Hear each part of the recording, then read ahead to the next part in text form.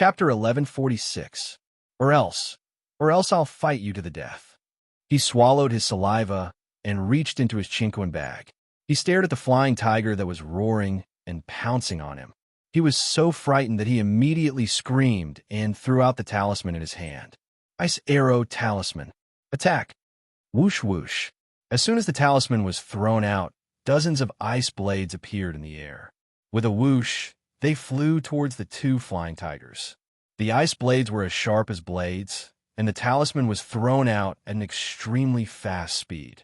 One of the two flying tigers was unable to react in time, and its body was cut by the ice blades, causing blood to seep out of its body. Roar! The other flying tiger let out a blood-curdling scream. The number of ice blades flying towards them was too great for it to dodge. One of the ice blades pierced deeply into its foreleg. The ice pillar was still emitting cold air, and the wound was oozing blood. The flying tiger's entire body fell to the ground. Roar! Roar! The screams were mixed with angry roars. The divine beast's coercion attacked Ning Lang. However, Ning Lang had already fled into the depths of the forest the moment he threw out the ice talisman. How could he be so stupid as to stand there and give them a chance to bite him? Roar! The other flying tiger roared angrily. Its vigorous body leaped up and chased after Ning Lang. Ning Lang had a lot of Dharma treasures on him. Otherwise, if it were any other three of the four, they would have become food for the flying tigers. The fact that he was able to survive while being chased by the flying tiger was not an easy feat, and this was all thanks to the life-saving treasures in his space. Save me. Don't chase me. Don't chase me anymore. The chubby figure ran as fast as the wind, leaving no trace behind. He ran in the forest in a panic, not knowing where he was. He kept running deeper into the forest, releasing signals from time to time so that they wouldn't know where he was. He thought that he was running toward the outer area and that Duan Yi and the others were there. However, he did not know that he was running further and further away. Feng Jiao, Duan Yi, and the others who were chasing after him were flustered and exasperated. They cursed inwardly. Why was this damn fatty still running towards the inner area? Did he want to die? Roar! Hearing the tigers roar from below the forest, Feng Jiao's expression changed slightly. A tiger? This area is the flying tiger's territory. That little fatty running into the flying tiger's territory can only wait for death. Old Eagle, who was flying beside Feng Jiao, said coolly, with a hint of schadenfreude. Feng Jiao glanced at Old Eagle and said, "If he dies, there won't be anything left of your egg." Well, too. Upon hearing this, Old Eagle froze, unable to speak for a moment. It flapped its wings and sped up, but when it saw where the signal had come from, it couldn't help but speak again. This little fatty is really courting death. In front of us is the territory of the man-eating bears. One of the man-eating bears is already a divine beast. Even those two flying tigers don't dare to cross the border. This little fatty actually ran in? Hearing this, Feng Jiao frowned. What flying tiger's territory and man-eating bear is in this area? Chapter 1147. The direction that the little fatty ran in has already crossed the flying tiger's territory. However, in the territory of the man-eating bears, other than bears, other beasts have to fight if they want to go over. Otherwise, even the flying tiger will only become their food. As Old Eagle spoke, he increased his speed and said, "We flying eagles are different. The beasts on the ground can't hurt us, so we know the territory better than other beasts. You'd better hurry. Otherwise, with that little fatty's strength, he'll definitely be torn apart by the man-eating bears."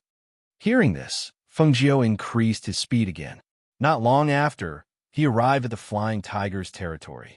When he saw a flying tiger lying under a tree and licking its injured front leg, he didn't stop and continued forward, looking for Ning Lang's whereabouts. Ning Lang, who was running in the forest, saw that the flying tiger was no longer chasing after him. He couldn't help but let out a sigh of relief and sat down under a tree. "Scare me to death." He supported his injured leg and sat against the tree. When he didn't see the flying tiger, He hurriedly took out HBM medicine and bandaged his injured leg. When he saw the scratches on his leg caused by the tiger's claws, his heart trembled and tears welled up in his eyes. They bullied me because I can't beat two tigers. They actually injure my leg like this. How despicable. Ouch. It hurts. After applying the medicine, his leg twitched in pain. He gritted his teeth and hurriedly bandaged the wound with a cloth. Smelling the faint smell of blood in the air, he panted and looked around. Where's this place? Why haven't I seen Duan Yi and the others after running for so long and releasing so many signals? He mumbled and looked around. There were trees all around him. If it wasn't for the direction of the sun, he wouldn't be able to tell which direction he was in. However, just as he thought of this, his entire body stiffened. He looked in the direction of the sun and was instantly dumbfounded. No way. Why did he run in the opposite direction? He remembered that they were at the periphery of roar. Suddenly, a roar rang out, startling him so much that his heart trembled. He hurriedly held onto a branch and leaped up a tree, using the trees to hide. Standing at a high point, he saw the 2 to 3 meter tall big black bear in the forest walking over with thumps, and even used its nose to sniff around. Seeing this scene, he was stunned and lowered his head to look at the wound on his calf that was bleeding. In this way, wouldn't it be easy to be discovered? Thus, after some thought, he felt that even if he ran in the opposite direction, even if he was further away from Duan Yi and the others, he should still be closer to where Fengjiu was. Thus, instead of hiding below, he might as well ride his sword in the air and wait for him. This way, it would be easier for him to discover him, wouldn't it? However, with his current appearance, it would be dangerous for him to ride his sword. He had to guard against ferocious beasts like the flying tiger that would chase after him and bite him, as well as those strange man-eating birds. But if he didn't leave, it wouldn't be safe for him to stay here either. No matter what choice he made, the risk was 50-50. Chapter 1148. He flew out of the forest on his magic tool. When he saw the familiar figure in the air, he was so excited that he almost cried, "Fengjiu!" During this period of time, they had become accustomed to trusting and relying on him. No matter what kind of situation they were in, as long as he was there, they believed that they would be able to turn misfortunes into blessings. It was the same when he was caught by the eagle, and it was the same now. However, why was the eagle following Fengjiu? He was bewildered, excited, worried, and puzzled. And the moment he flew up, Fengjiu's heart relaxed. This fatty's brain finally came around. However, in the next moment, her expression changed, and she cried out in alarm. "Be careful!" A giant tiger suddenly soared into the sky from the forest. Unlike the injured one she saw earlier, this one's front legs were not injured.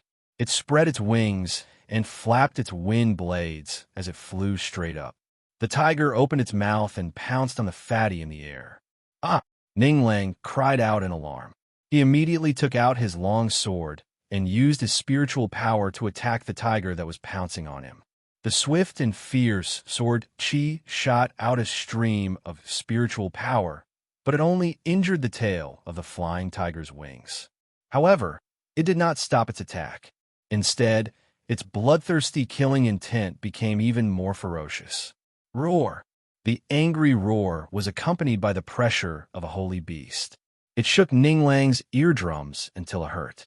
The qi and blood in his body also surged, faintly wanting to burst out. Under the pressure of the holy beast, his face turned pale. He tried his best to stabilize his body, but because he wanted to avoid the pouncing flying tiger, his body swayed, and he fell from the flying magic tool. "Ah!" A panicked voice cut across the sky, and at that moment, a red figure shot out and caught him before he hit the ground.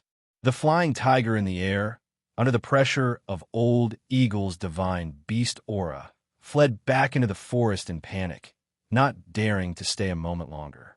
"Fengjiu, I thought I was going to die." He opened his arms to hug Fengjiu, but he was stopped by Fengjiu's shoulder. Seeing this, he could only look at Fengjiu with tears in his eyes. "How did you get hurt so badly?" Fengjiu frowned and looked at the blood seeping out of Ninglang's calf. She helped him to a tree and sat against it. Your bandage is not good. It's too careless. The wound is still bleeding. It was those two tigers who scratched me. Both of them were holy beasts, and they bullied me. So I kept running. If I didn't run fast enough, I would have been eaten by them before you could save me. Speaking of this, he felt wronged in his heart. Feng Jiu untied the blood-stained cloth on his calf and couldn't help but frown. His flesh was badly mangled, and the flesh inside had been flipped out. It was clear that his injuries were not light. It's easy to get infected if you apply medicine and bandage the wound before cleaning it. Bear with it. I'll clean it up and apply medicine again, she said as she took out something from her space to clean his wound. Feng Jiu, why is that eagle with you? Chapter 1149. Little fatty, return that egg to me. I won't pursue the matter of you stealing the egg for the sake of this red-clothed human. The eagle's beak opened and closed as it spoke, its sharp gaze fixed on Ninglang. This egg. He touched the egg in his arms reluctantly and took it out. He wanted to hand it over, but was reluctant to do so. Suddenly, he heard a cracking sound and instinctively looked down. He saw that the egg had cracked open by itself. Following the cracking sound, a small head popped out of the eggshell. It was a wet little thing that looked like a newborn bird. Unexpectedly, the little thing pecked his finger with its sharp beak, causing blood to seep out. He was shocked and withdrew his hands. The little thing in his hands fell to the ground along with the eggshell. The little thing jumped out of the eggshell and flapped its wings that only had a few tiny hairs. Then it ate the eggshell. Looking at the hairless little thing that looked like a newborn bird gnawing on the eggshell, a wave of spiritual energy surged from its body and dried its wet body. The hair on its body grew at a speed visible to the naked eye. It was colorful like a parrot. The eagle at the side quickly came forward to check on it. It stretched out its wings and lowered them to the ground, calling out, "Good child, come to father." However, after the little thing finished gnawing on the eggshell, its body seemed to have grown a size. It raised its head to take a look, then ran towards Ninglang. It jumped into his arms in a few steps and hid in his lapel, only popping its little head out. Child. The little thing stared at the eagle and said those two words as if it was copying its words. Feng Jiu and Ninglang both burst out laughing. You gave birth to this little thing? It doesn't look like it, right? Look, it's calling you child. At this point, she could not help but laugh. On the other hand, Ninglang's face was full of joy. He stroked the little thing that hid in his arms and was so happy that his eyes narrowed into a line. You little fellow, at least you have some conscience. I didn't waste my efforts to protect you all the way here. You're such a good girl. Good boy, it said excitedly as it rubbed against Ninglang's clothes. Only the eagle was dumbfounded, looking at the little thing that didn't recognize it and was instead hiding in the little fatty's embrace. It couldn't help but stare blankly, unable to react. What are you going to do? Why don't I follow Ninglang? As you can see, this little thing pecked his finger as soon as it came out to form a contract with him. Now that the relationship is there, it's useless even if you don't want to admit it. As Feng Jiu spoke, he looked at Ninglang and gestured to him. Ninglang understood and hurriedly said, "That's right. Why don't you follow me? That way, you can protect it too. You see, it's just born, it's too weak. Moreover, I'm not weak either. If I encounter another saint beast, I might lose my life. Protecting it is also protecting me. What do you think? I'll take care of you." Hearing this last sentence, the corner of Feng Jiu's mouth twitched slightly. He turned his face away slightly. This fool, couldn't he be more serious? The eagle was devastated. Seeing that the child it was protecting actually recognized a human and not it, it felt sullen. Now that it heard the conversation between the two of them, it couldn't help but lie on the ground and think. Chapter 1150. Although it didn't lay the egg, it had guarded it for so long. Now, it had become someone else's. No matter how it thought about it, it couldn't get over the hurdle in its heart, and it couldn't swallow this anger. Oh, suddenly, a bear's roar was heard, followed by several other bears' roars. The loud roar shook the air and caused the air to fluctuate. Loud banging sounds were heard, as if something was running towards them.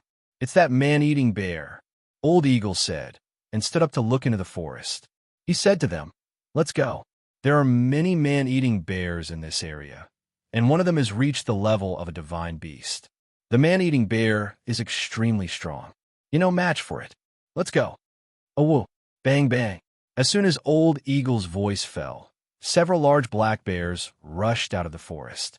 Each of them was 2 to 3 meters tall, and they stared at them with their sharp claws. They bared their teeth and roared at them. When Feng Jiu saw these big black bears, she felt a sense of familiarity.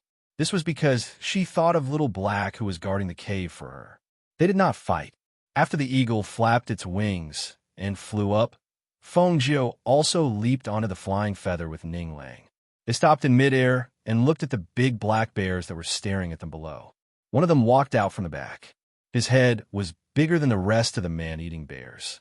The man-eating bear stared at the two of them, then looked at the eagle, and finally turned to leave. Ning Lang heaved a sigh of relief. "Fortunately, if we fight again, I'll probably be more injured. All right, let's go. Let's meet up with Duan Yi and the others first," Feng Jiu said, and led Ning Lang back on Flying Feather, while Old Eagle led the way for them.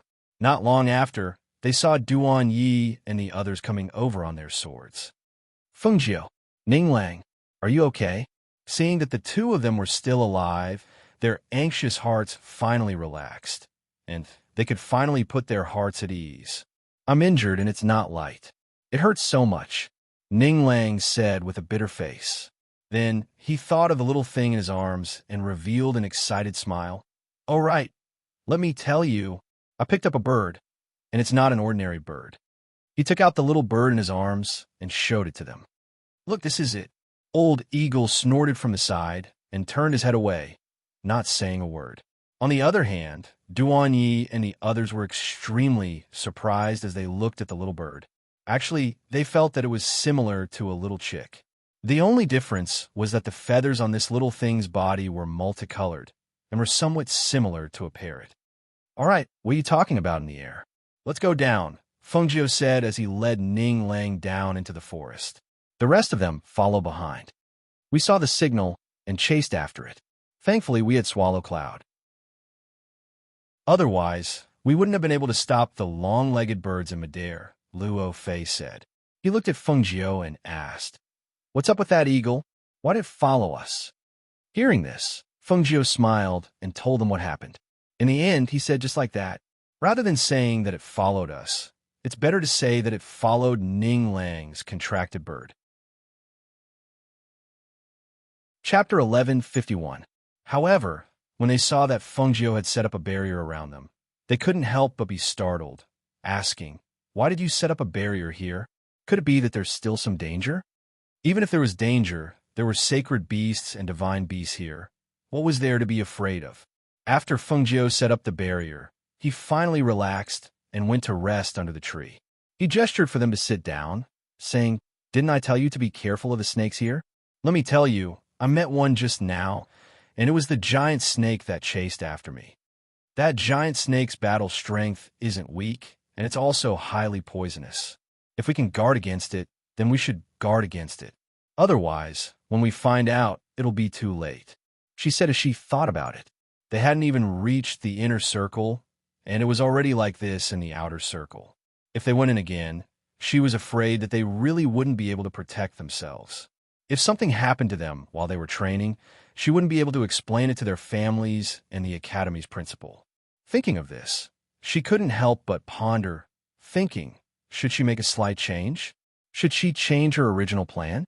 After all, they were only at the foundation establishment stage and hadn't reached the golden core stage. That's right, for the foundation establishment stage, she could find a place and use the medicinal liquid to let them enter the golden core stage. This way, they would be able to see some results from this training. As for the inner circle, she might be able to go there, but it would be better if they didn't. After making up her mind, her tense heart gradually relaxed. If they were only at the outer circle, she was confident that they wouldn't meet with any fatal danger. "Feng Jiu? Feng Jiu?" Song Ming called out a few times, seeing that his expression was slightly focused, as if he was thinking about something. And she came back to her senses and looked at him, asking, "What's the matter? I should be the one asking you if something's the matter. Why are you sitting there in daze? Are you all right? What are you thinking about that you're so engrossed in it?" Song Ming asked. If he didn't see that there were no wounds on his body, he would have thought that he was injured. She shook her head, saying, "It's nothing. I was just thinking that since everyone is here, let's go back to the place where we set up the barrier. You guys have more or less finished your training. The inner region is still too dangerous for you guys who only have the strength of Foundation establishment. Go there and raise your strength first." When they heard this, they were stunned and asked, "So we're not going to the inner area? With our current strength, it's not suitable for us to go. It's too dangerous. Let's wait until you've entered the golden core stage." She glanced at them and continued, "Don't forget that I'll only be with you for a year. I estimate that it's about time for you to return after you've cultivated and advanced in the barrier." Hearing this, everyone fell silent. That's right. If he didn't mention it, they would have forgotten about the 1-year period she mentioned. It had already been a few months since their clan had set off. Time really flew by in the blink of an eye. Thinking about how they would have to split things with him once the 1-year period was up, he couldn't help but feel a little reluctant. It was undeniable that they had not been willing to follow Fengjiu in the beginning, but after their experiences together, they had begun to trust and rely on him from the bottom of their hearts. If they were to be separated one day, then... Chapter 1152. Seeing this, Fengjiu only smiled and didn't say much. After letting them rest for a while, he led them to the place where the barrier was originally set up. Returning to the place where they had lived for more than a month, the few of them sighed with emotion. However, for them to be able to come here, even though they were in the periphery, they had already seen a lot of things. This trip to the Hell Mountain Range could be considered worth it. What they needed to do next was to recuperate from their injuries and cultivate their minds to improve their strength. 10 days later, the injury on Ninglang's calf gradually recovered. After the wound formed a scar, it fell off without leaving a single scar. After removing the cloth, he jumped on the open ground. After making sure that the injury on his calf was completely healed, he excitedly went to the cave residence. "Fengjiu, the injury on my calf is all healed. There's no scar at all." Fengjiu, who was dressed in red, walked out of the cave residence. Seeing him jumping excitedly in front of the cave, he smiled and said, "Your injury is recovering much slower than Duan Ye's." The wound on his abdomen was also very deep. However, unlike yours, his flesh didn't turn out and he recovered in a few days. You've already recuperated for nearly 10 days. If you're still not healed, I'll really be smashing my own reputation. Does that mean I have to start cultivating as well? I saw that Duan Yi and the others haven't come out ever since you set up the spirit gathering formation for them. They even directly used fasting pills to eat. Seeing that the 3 of them had started cultivating in the spirit gathering formation after recuperating, he also couldn't wait. He was afraid that he would fall too far behind them. After all, their strength was originally about the same. Even if he was the weakest among them, he didn't want to waste time in the Foundation establishment stage when they had all entered the Golden Core stage. Your spirit gathering formation has been set up for you. However, let me tell you, when you're cultivating, you have to put your little bird into the spiritual bee space. Don't call it out during your cultivation. Since you're cultivating, you have to focus. Don't be distracted. Yes, I know. I will. He nodded in response and followed Fengjiu to the spirit gathering formation not far away. He sat down cross-legged and began cultivating. After he entered the spirit gathering formation, Fengjiu turned around and left to check on the other 3 people. Seeing that they were all cultivating in the spirit gathering formation with their eyes closed and absorbing spiritual energy, he turned around and returned to the cave residence. During this time, Old Eagle flew around and occasionally came back to take a look, and Tunyin had been guarding Fengjiu's cave residence, while the others were cultivating outside. Fengjiu had also entered the space to cultivate. What surprised her was that even after so long, the fruit of the bottle tree still hadn't ripened. It was still green. She didn't have many books about spirit fruits in the space, so she didn't know what kind of spirit fruit it was after all this time. However, during this period of time, she also gained something. Her strength in the gold core stage was gradually improving, which made her confident that she could enter the nascent soul stage when she left here. Besides herself, Duan Yi and the others didn't know about this, and she didn't tell them either. Chapter 11:53. When the first bolt of lightning struck, Fengjiu walked out of the cave abode. She wanted to take a look at the spirit-gathering array in the boundary. Finally, her gaze landed on the spirit-gathering array that was surging with spiritual energy. The person inside was Duan Yi. His talent could be said to be the most outstanding among them, so it wasn't strange for him to be the first to advance. She went to his spirit-gathering array and sat down cross-legged to protect him. At this moment, some cultivators in the forest outside quickly found that place due to the surging clouds in the sky and the heavenly lightning striking down. However, when they arrived, they were shocked to find that this area had been set up with a formation and boundary. Many of them were walking around outside. They were clearly walking forward and saw that the place where the heavenly lightning struck was right in front of them. However, they found that, after walking forward, they soon turned back and returned to their original spot. Who set up this formation? It's not the same as an ordinary maze formation. I can't break it when I walk in. It's right in front of me, but I can't walk in. The person who set up this formation is an expert. There's actually someone advancing in this place. I'm really curious about who's advancing in here. It's a pity that no one can break this formation. The people outside were discussing. Although they were curious and wanted to know who was advancing in there, no one could enter the formation. That's right. If someone could break it, they wouldn't have stayed outside for so long. No one had walked past this formation in this area.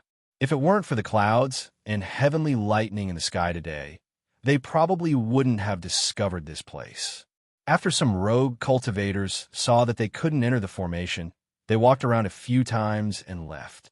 Since they couldn't enter and couldn't see, there was no point in staying here. Some of them had an idea. They felt that this person was advancing, and perhaps it was an opportunity for them. Therefore, they walked around in a circle, thinking of a way to enter and take a look. Even if they couldn't enter, it wouldn't be bad for them to disrupt the person's advancement. However, just as they thought that since they couldn't enter, they might as well attack with fire, an old man walked out from among the rogue cultivators. This old man can break this formation. The old man wore a gray robe and stroked his gray beard. He looked at the people around him with a proud gaze. You can break it? Really? Someone asked. Of course. This formation is a maze formation with a slight modification. Others don't understand, but I've studied formations for many years. I'm good at setting up formations and breaking formations. I just walked in this formation.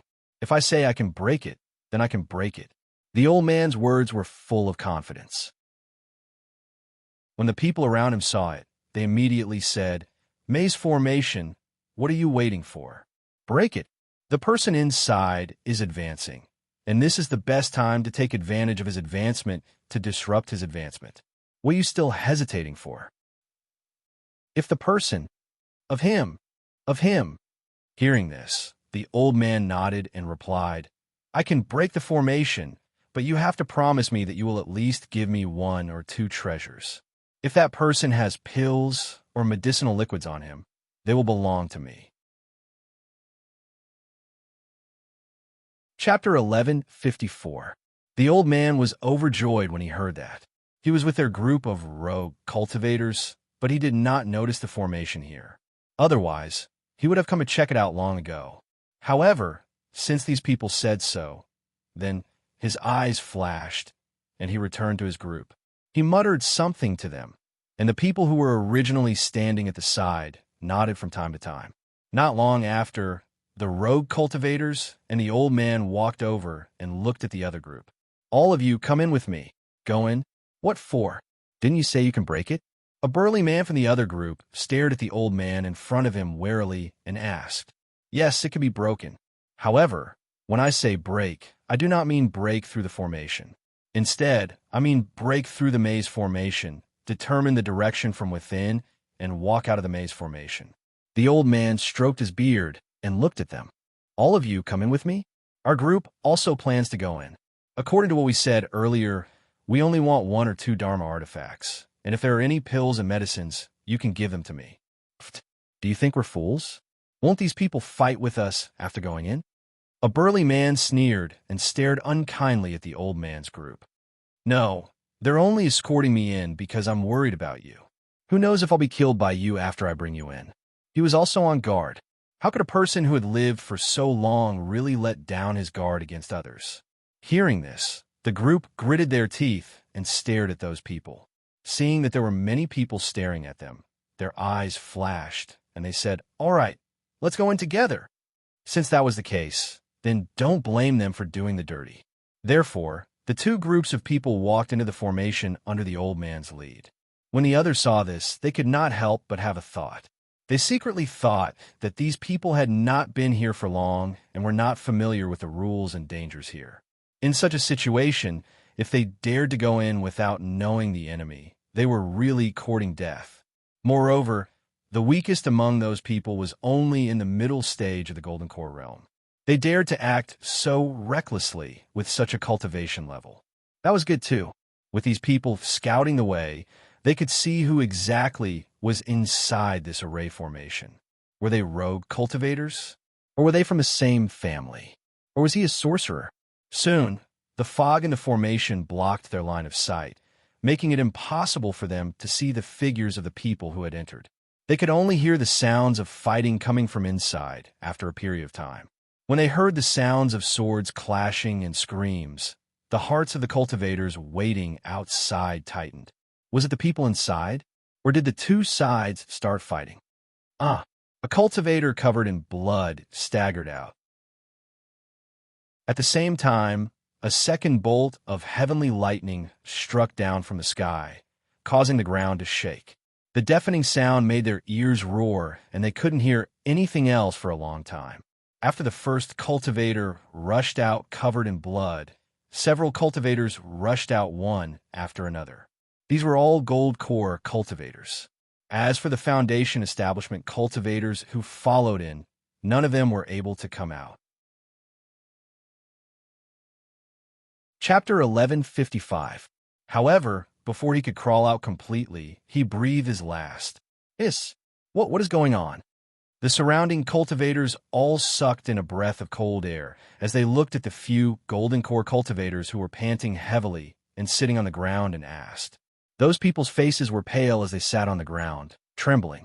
Their eyes were wide open and their lips were trembling. For a long time, they were unable to speak. Even when the surrounding people surrounded them and asked them questions, they still could not recover from their shock. Seeing this, a rogue cultivator became greedy. He stared at the few Golden Core cultivators who had yet to recover from their shock and secretly grasped the long sword at his waist. At this moment, he instantly attacked.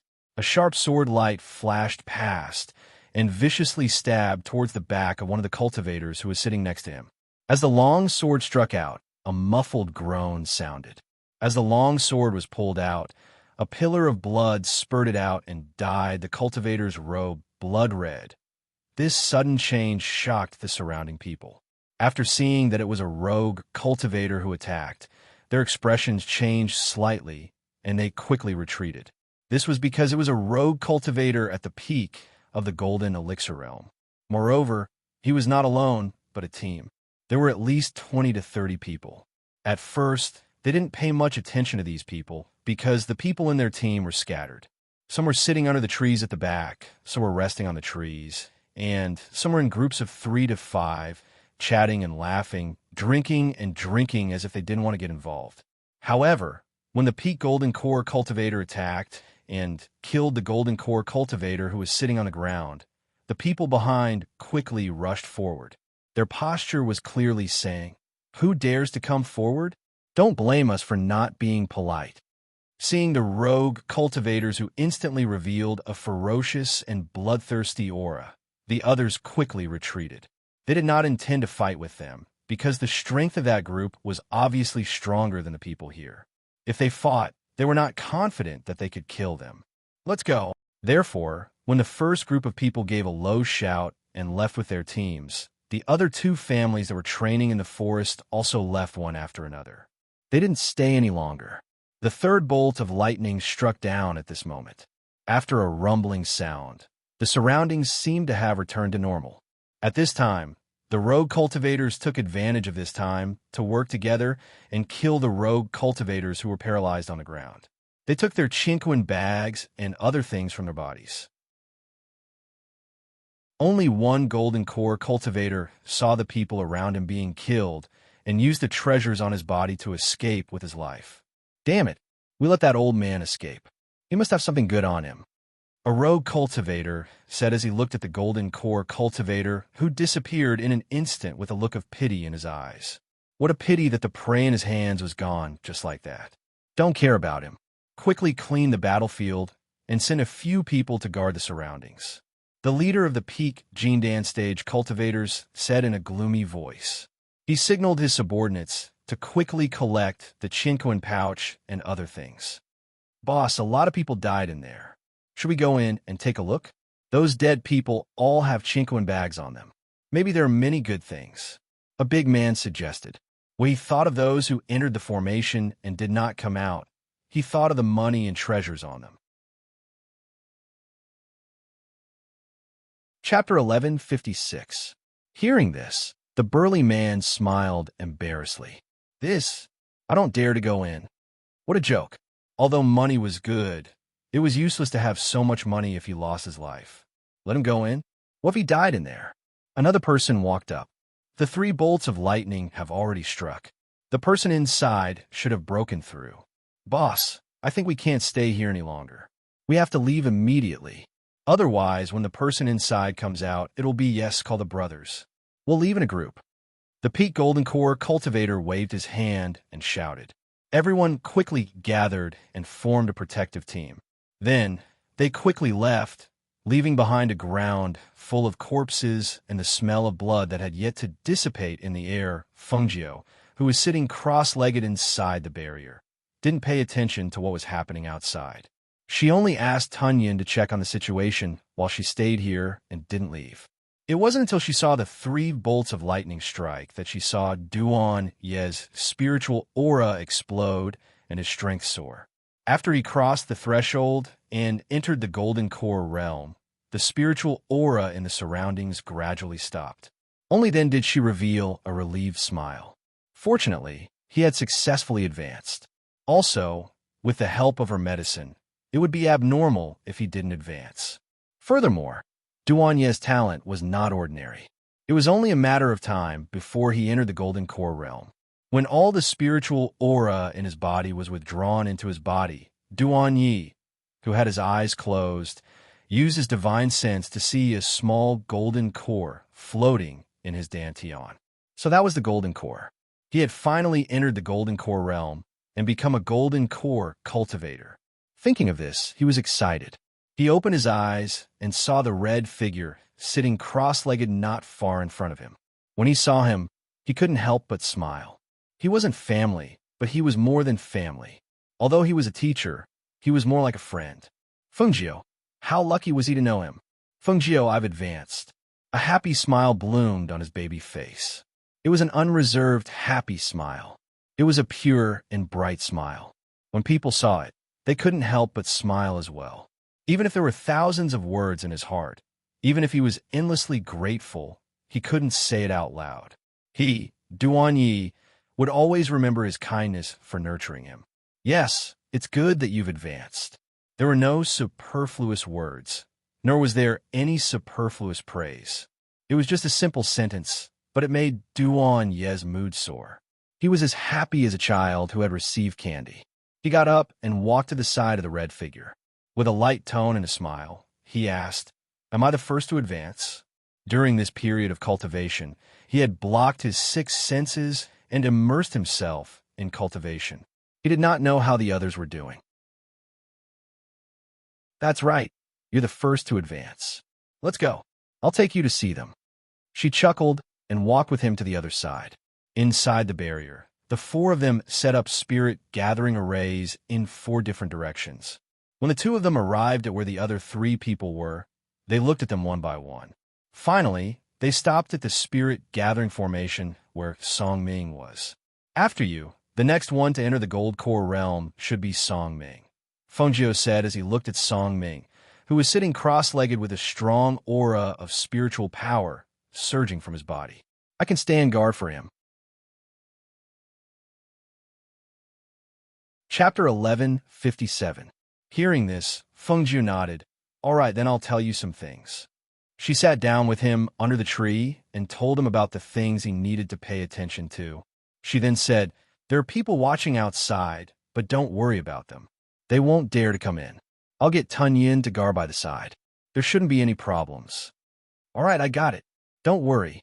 He nodded in response. Seeing this, Fengjiu walked back into the cave and returned to the space to cultivate. After another half a month, when the sound of heavenly thunder rang out again, the people who were training outside were stunned, especially when they saw that the place where the heavenly thunder gathered was the same place from half a month ago. They were even more dumbfounded. Are you sure? Why is it that place again? F***CK. What kind of person was advancing? Did these people come here on purpose to advance their cultivation? It's only been half a month, and someone else is advancing? Could it be a member of a large family inside? With doubts and curiosity surging from the bottom of their hearts, they once again went to that place. However, this time, no one dared to explore that place again. Those who had entered that place had all died. It was so strange that they could die. They did not dare to gamble with their own lives. When they arrived at that place, the second bolt of heavenly thunder had already fallen. Hearing the rumbling sound inside, they couldn't help but feel envious. There were really many people advancing. The further a cultivator went, the more they could advance. However, the people inside only entered once every half a month. It shouldn't be the same person, right? That's right. How could it be the same person? They should be from the same family. They wandered around outside and watched until the third bolt of heavenly thunder fell. No one dared to barge into the array again. Thus, one by one, they left one after another. No matter how good others were, they were still others. They didn't advance by themselves. It was better not to care so much and just take care of their own matters. Inside the barrier, just as Fengjiu had expected, after Duan Yi, Song Ming entered the gold core realm. When Song Ming opened his eyes and saw Duan Yi who was guarding him, he couldn't help but jump up. You've already advanced? You're actually faster than me? Duan Yi glanced at him and said, It's normal to be faster than you. Fengjiu said that I deserve to be first. He raised his chin a little proudly. Hearing this, he curled his lips. Come on. When did you enter the gold core realm? Half a month ago. Duan Yi said. Puffed. You're only half a month faster than me. Hearing this, Duan Yi couldn't be bothered to argue with him. Fengjiu went into the cave to cultivate after I advanced. I was in charge of guarding you guys. Now that you've entered the gold core, we'll be in charge of the remaining 2 people. Don't worry. I don't need you to tell me that. Who told us to be brothers, right? He smiled and patted Duan Yi's shoulder. Together with Duan Yi, he went to Ninglang and Luo Fei to take a look. Who do you think will break through first? Song Ming asked. It must be Luo Fei. Duan Yi said. That's true, but there are exceptions to everything. Why don't we make a bet? Song Ming grinned and suggested. Bet? Forget it. I don't play this game. Duan Yi waved his hand and said. Chapter 1158. In the next 2 months, Luo Fei and Ninglang advanced only a few days apart, and for this place, the sound of thunder from time to time, everyone in the periphery was already used to it. At first, they were surprised, then shocked, and then they didn't feel anything. He didn't need to look to know that it was the people in the array that were advancing. In the face of such strong people, they didn't dare to provoke them casually. Some of them even planned to send people to guard there, thinking that when they came out, they would take the opportunity to make friends with them. On this day, Duan Yi, Ninglang, and the other 2 sat together, facing each other silently. At this time, their mood was complicated because the 1-year period was up. If it weren't for Fengjiu still in the cave, they should have left here and parted ways. This year really passed quickly. It feels like time has passed in the blink of an eye. Song Ming said with emotion. Thinking that they would have to part once the 1-year period was up, he couldn't help but feel reluctant. When I think of parting with Feng Jiao, I feel uncomfortable. Duanye's baby face had no smile at this time, only sadness and reluctance. Yes, me too. I want to go home. I want to follow Feng Jiao around. It must be more interesting than staying at home to settle accounts. Ning Lang held his chubby chin with both hands. Even if he entered the gold core stage and became a gold core stage cultivator, he didn't look like a gold core cultivator at all. On the contrary, he looked like a brat. Didn't Feng Jiao say that he would take us back to the academy? Don't worry, we will be with him for a while. Moreover, even if we part ways, we can go find him in the future. Luo Fei said, looking at the others and said, didn't he come from a 6-star academy? If we know where he is, we are not afraid of not being able to find him. Hearing this, the few of them glanced at him and said, have you cultivated too much? Have you forgotten that he has another identity, the ghost doctor? That identity of a 6-star academy student, I don't know if it is fake. Then we can ask him. After being together for so long, he won't refuse to tell us where his home is, right? That's hard to say. Ning Lang continued. Although I didn't pay much attention to it in the past, I do know that the ghost doctor's reputation is very resounding. Many forces want to find him. However, it's said that other than the black market, which is on good terms with the ghost doctor, those people don't know the ghost doctor's true identity or which country he is from. Could he be from a first-class country? How is that possible? Why would someone from a first-class country go to a 6-star academy? This is also hard to say. After getting along with him for so long, you also know that his temperament is very strange for a person from a first-class country to go to a 6-star academy. What is so strange about that?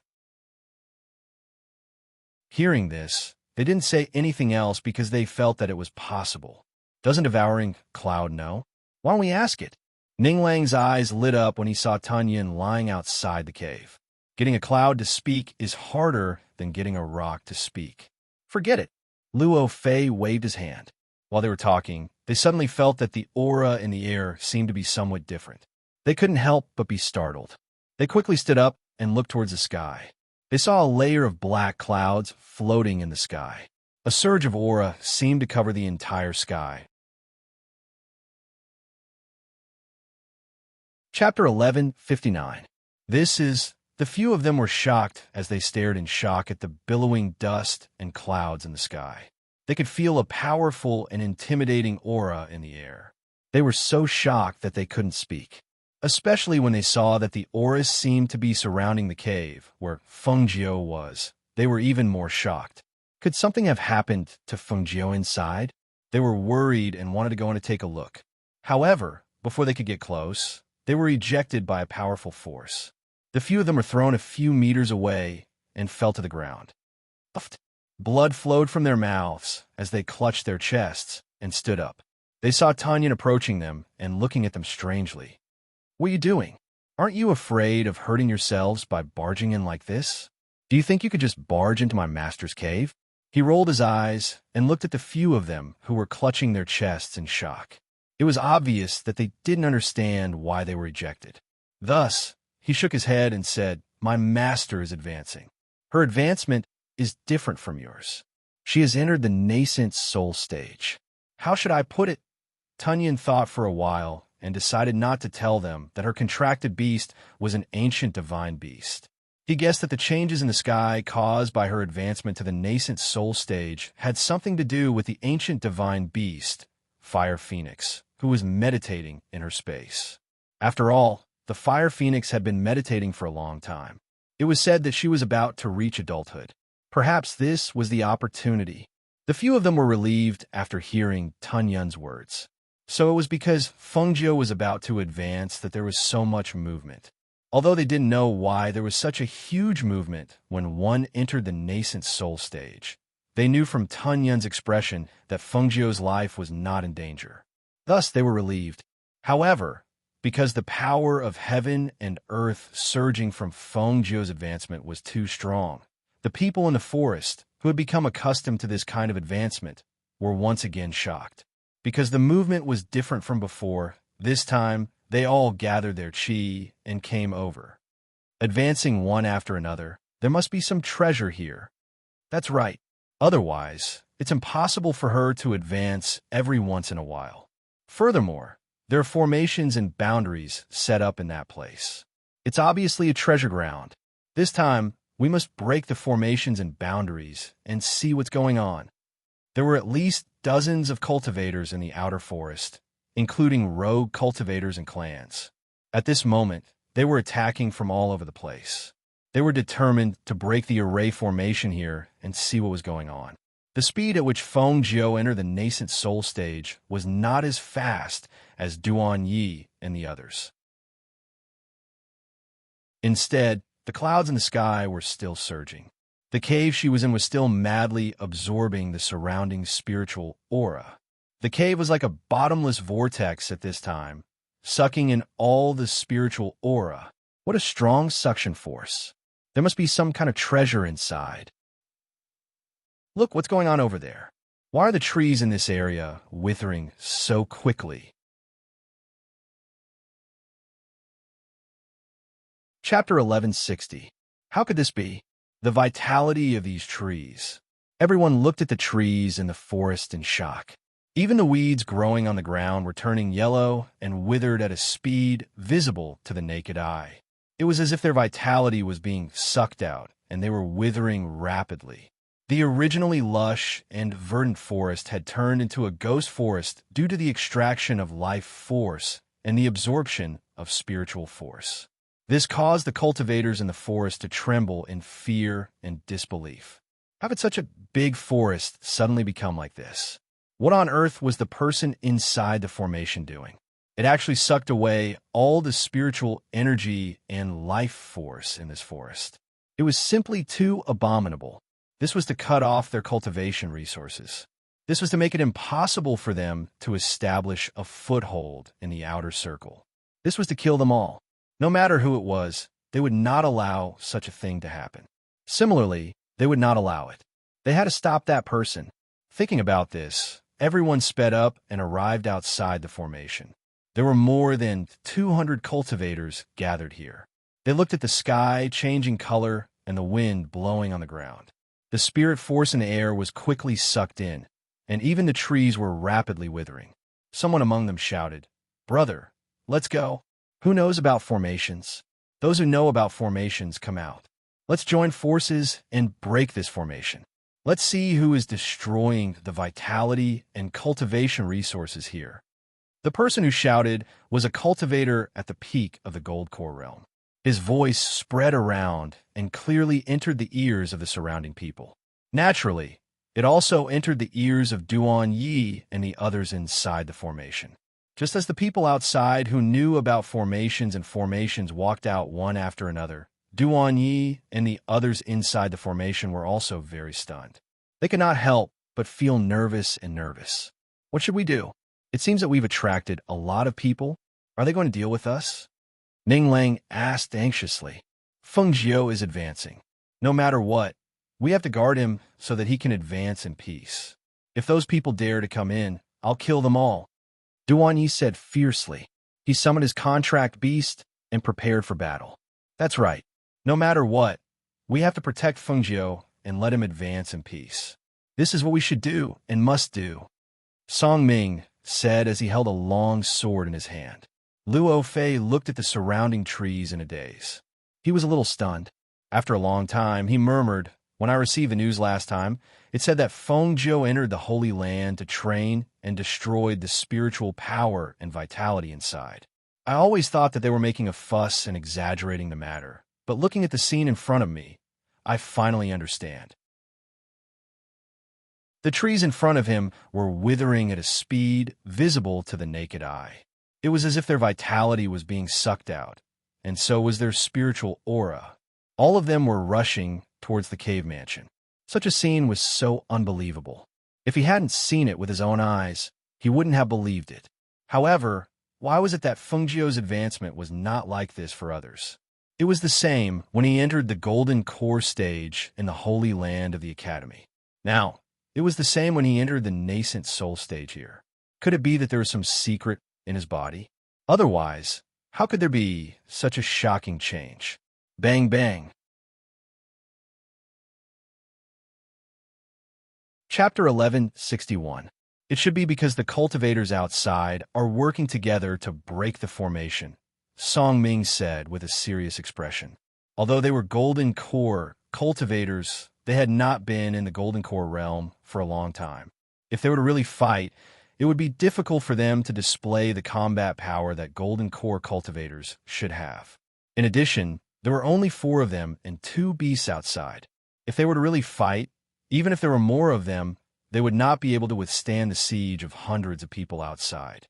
Just stay inside this barrier, Duan Yi said, then looked at them and said, Feng Jiao told us not to leave this barrier. I'm afraid this barrier won't be able to hold for that long, Ning Lang said as he walked around. As Ning Lang spoke, he walked around and looked at the cave residents from time to time. He wondered why the first heavenly thunder hadn't struck down, even though the wind and clouds had been surging in the sky for so long. We have to hold on even if we can't, Luo Fei said. Luo Fei said, if the barrier can't hold on, then we'll have to. Although there are only 4 of us, we have the divine beast, devouring cloud, and the divine beast, flame beast. If Old Eagle can come back, then it might be even better. We have to hold on no matter what. I believe that as long as we work together, we can definitely hold on until Phoenix 9 finishes her advancement. That's right. We have to hold on even if we can't. As they spoke, they looked at each other and reached out to shake hands. This is what we have to do. Feng Jiao had protected them and protected them. Now, it was their turn to protect him. Tun Yin squatted at the side and looked up without saying a word. He only looked at them, then turned back to look at the sky and the cave residence that was absorbing the aura of the surrounding spiritual power. How long would Master's advancement last this time? Outsiders did not know that at this moment, not only was the spiritual power surging in Feng Jiao's body, but his body was also absorbing the vitality of the surrounding trees. Even the ancient divine beast Fire Phoenix, who was meditating in his space, had a slight change at this moment. This made Lao Bai, who was guarding inside, not dare to approach. He could only hide far away and observe quietly. In the space, the curled-up flame was spinning in the flames like a newborn baby. The spiritual power that surged in from outside also increased his cultivation speed, and his body also underwent some subtle changes. And this was something that outsiders would never know. Sitting cross-legged in Feng Jiao's dantian, the green lotus in Feng Jiao's dantian was emitting a green light. It was rapidly absorbing the vitality outside, greedily swallowing it. It was an uncontrollable absorption. Even Feng Jiao could not stop it. Otherwise, she would not have allowed herself to continue absorbing and cause such a huge commotion. However, when he first advanced, his body would freely absorb the spiritual energy and life force from the outside. After all of it entered his body, Feng Jiao could gradually control it after a few attempts. But even so, the life force that had been absorbed could no longer be sent back because the trees had lost their life force. What was left was just a withered tree. Boom! The first bolt of heavenly thunder rumbled across the sky and struck down from the sky. Its momentum was so strong that it shocked the people outside who were breaking the formation. They all squatted down. The entire ground seemed to have cracked open. Faintly, they could hear a loud cracking sound coming from within the barrier. It was as if something had cracked open. Chapter 1162. Looking back, they saw a crack in the cave residence. The crack spread little by little until a huge rock rolled down with a crack. Hiss! They gasped and couldn't help but feel a little scared. Is Feng Jiao okay inside? He hasn't come out yet. If the cave residence collapses, will he be buried alive? What are you talking about? How is that possible? Ning Lang glared at Luo Fei, but his palms were sweating because of nervousness. They stood guard and waited inside, feeling even more uneasy than when they themselves advanced. On the one hand, they were worried that the people outside would break the formation and rush in. On the other hand, they were worried that something would happen to Feng Jiao. After all, there were people who succeeded in advancing to the Golden Core realm, and the success rate was also high. However, it was not easy to advance to the nascent soul realm. Fortunately, he was an alchemist and pharmacist, so he should have some things that could help him. Otherwise, if it were other people, they would definitely die. The heavenly thunder of the nascent soul realm was not easy to bear. Without medicine or pills, who would dare to suddenly try to break through to the nascent soul realm? Outside, those people were also anxious. They wanted to get in after the 3 heavenly thunderstrikes. Otherwise, if the other party succeeded in advancing and his strength increased greatly, it would be extremely disadvantageous for them. However, the faster they wanted to go, the harder it was to get out of the formation. In addition, the formations set by Fengjiu were formations within formations. How could they be so easy to break one after another? After the first heavenly thunder strike, the second heavenly thunder strike did not strike until evening. This made the cultivators outside happy. Seeing that the sky was dark, they hurriedly prepared torches, hoping to find a way to break the formation. At this time, after a whole day, they had already broken 2 formations in a row. However, there were formations within formations, and there were also traps in the formations, which were impossible to guard against. The further they went, the slower the speed of breaking the formations. Boom! At midnight, when the entire forest was enveloped in a strange aura, when the cultivators who were trying to break the formation couldn't withstand the intense tension and rested, a bolt of lightning streaked across the pitch-black sky and struck down with a loud rumble. The second bolt of lightning struck down, startling everyone who was resting on the ground. They rubbed their eyes and tried to break the formation again with the help of the torches. However, the darkness of the night made it very inconvenient to break the formation. Not only did they fail to break it, many people died because they accidentally touched the mechanisms in the formation. This made those people unwillingly stop in the end. The light wasn't good. They couldn't break the formation. They couldn't disregard their own lives for the sake of breaking the formation. They weren't selfless enough to sacrifice their lives for others. Within the barrier, Duan Yi, Ning Lang, and the others did not dare to close their eyes. They stood guard within the barrier and counted the sounds of the heavenly lightning. When a second bolt of lightning fell, they could not help but exhale gently. The second bolt of lightning. There was only 1 bolt left. There was only 1 bolt left. Originally, they thought that Fengjiu's speed of entering the nascent soul stage would be very slow. It might even take 10 days to half a month for him to complete his advancement. However, now that the second bolt of lightning had fallen, they only had to wait for the last one.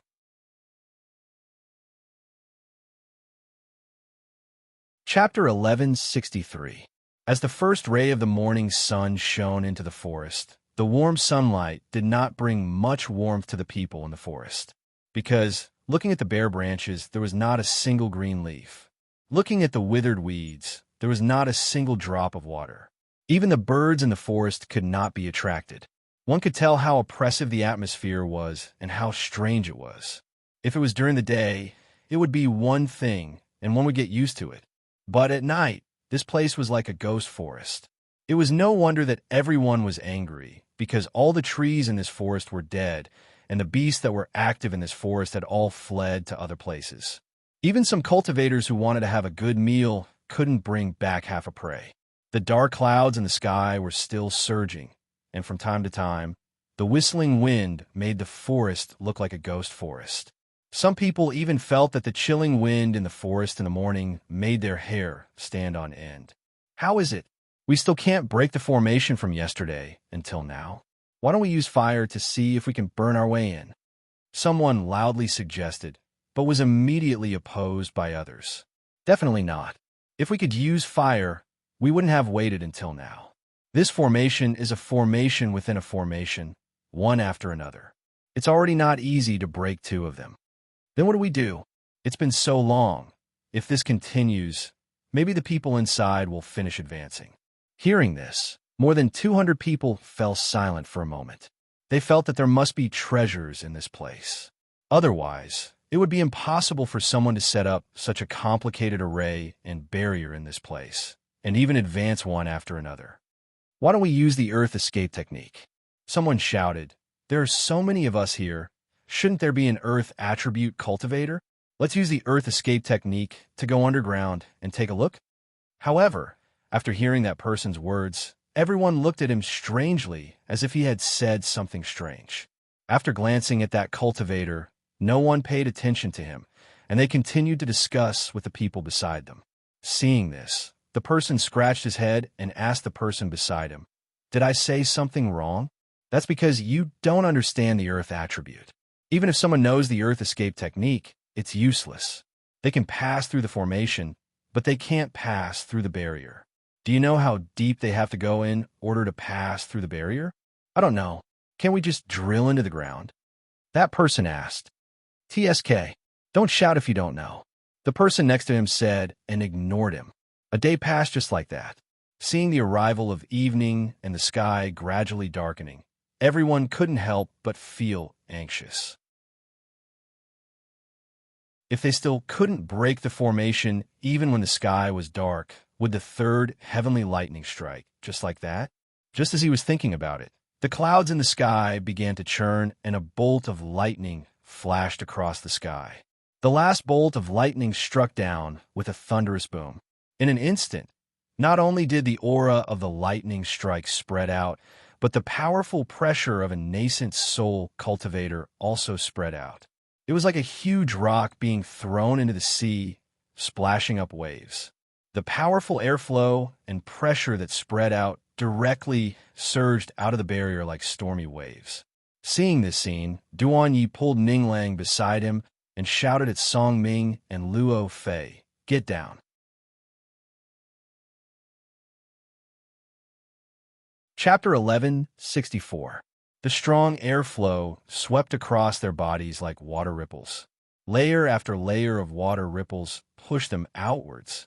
They were lying on the ground, unable to raise their heads to look because the dust and fallen leaves on the ground had been swept up, making it impossible for them to open their eyes.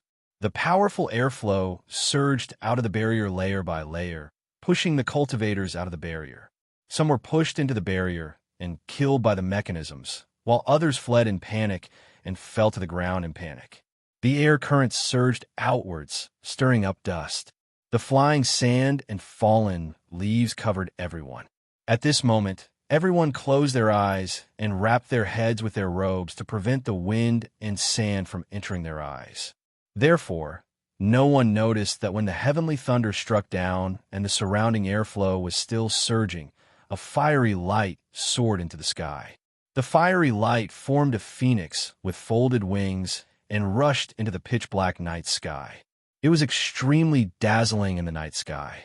A sound similar to the cry of a phoenix spread across the sky in the pitch-black night and reverberated for a long time. None of the people in the periphery saw it, but there were people in the depths of the forest who saw it. Almost at the same time that the phoenix flames soared into the sky and the cries of the phoenix filled the air, some of the cultivators in the depths of the forest immediately flew over on their flying sword from all directions. The experts in the forest came from the 8 great empires, a place known as the city in the sky. Even if they used secret techniques and treasures, they couldn't instantly arrive at the periphery from the depths of the forest. The fastest to arrive at the outer region was a gray-robed old man. He used less than an hour to arrive from the inner region. With a swoosh, his figure streaked across the night sky like a shooting star. The night sky was filled with a radiance that was as dazzling as the moon. When the old man stood in the air, a powerful pressure that surpassed that of a nascent soul cultivator spread out from his body. When the pressure came out, the faces of the nearly 200 cultivators around him paled. They all knelt down and didn't even dare to raise their heads. "What are you all doing here?" The old and majestic voice came out. It was sharp and cold. The people below all knelt on the ground and trembled. No one dared to answer him, and no one dared to raise their heads to see what kind of person he was until the shout came again. "Speak." One person trembled as he said, "Sir, we want to break the formation, but we can't break it. We can't enter." In midair, when the old man heard the words of the people below, he cast a glance downwards. With a flick of his sleeve, a few explosive sounds could be heard.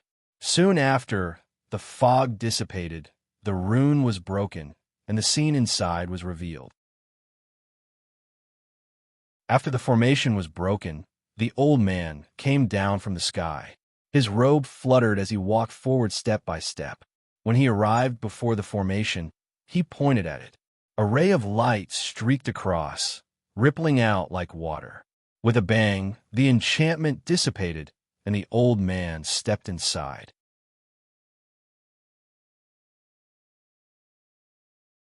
Chapter 1165. Without walking in, the old man's divine sense scanned the area after the boundary was broken and knew that there was no one around. He clasped his hands behind his back and squinted his sharp eyes. He stared at the cave for a long time before turning around to ask, "Who used to live here?" Replying to your question, "We don't know.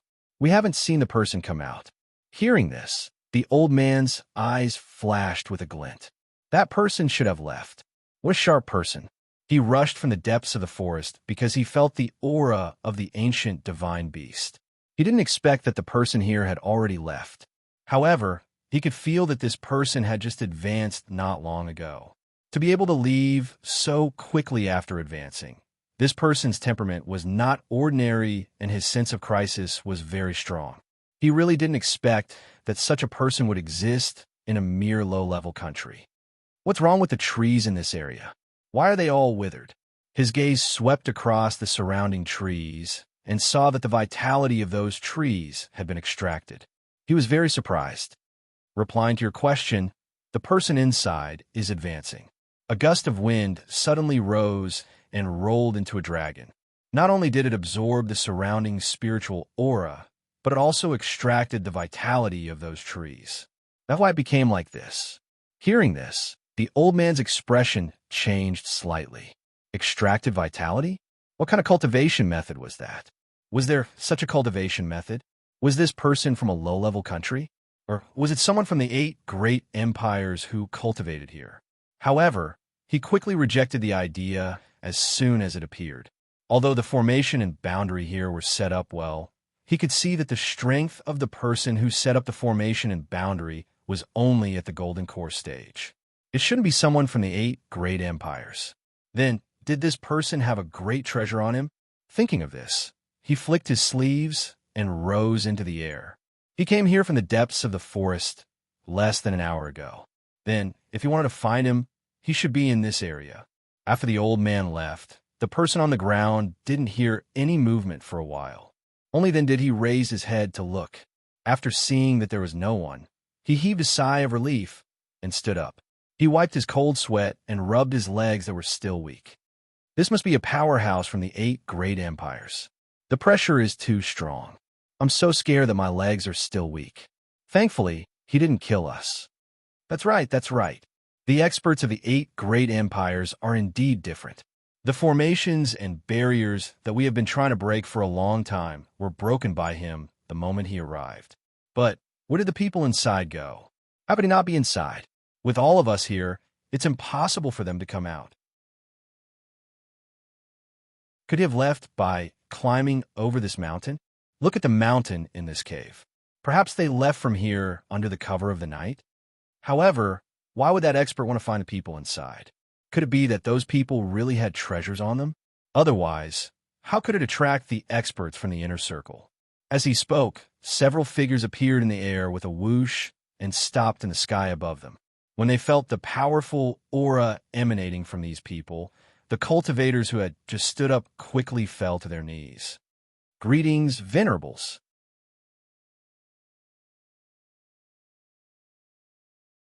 Chapter 1166.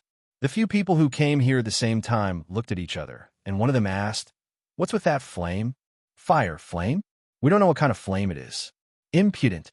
With a deep roar, he released his pressure, causing the blood in everyone's chest to churn and blood to flow from the corners of their mouths. That flame soared into the sky, and you all said you didn't see it? The cultivator exuded an oppressive aura that assaulted the crowd below, rendering them speechless for a long time. Seeing this, one of the female cultivators covered her mouth and chuckled. "Why are you being so impulsive?" Perhaps they really didn't see it. When a male cultivator saw this, he didn't say anything else. He waved his sleeve and stood with his hands behind his back, clearly intending for her to ask. The female cultivator chuckled and looked at the people below, asking, "Then what do you all know? Tell me about it." It's estimated that someone has advanced here, and it's not just once, so we were curious and wanted to see if there were any treasures inside.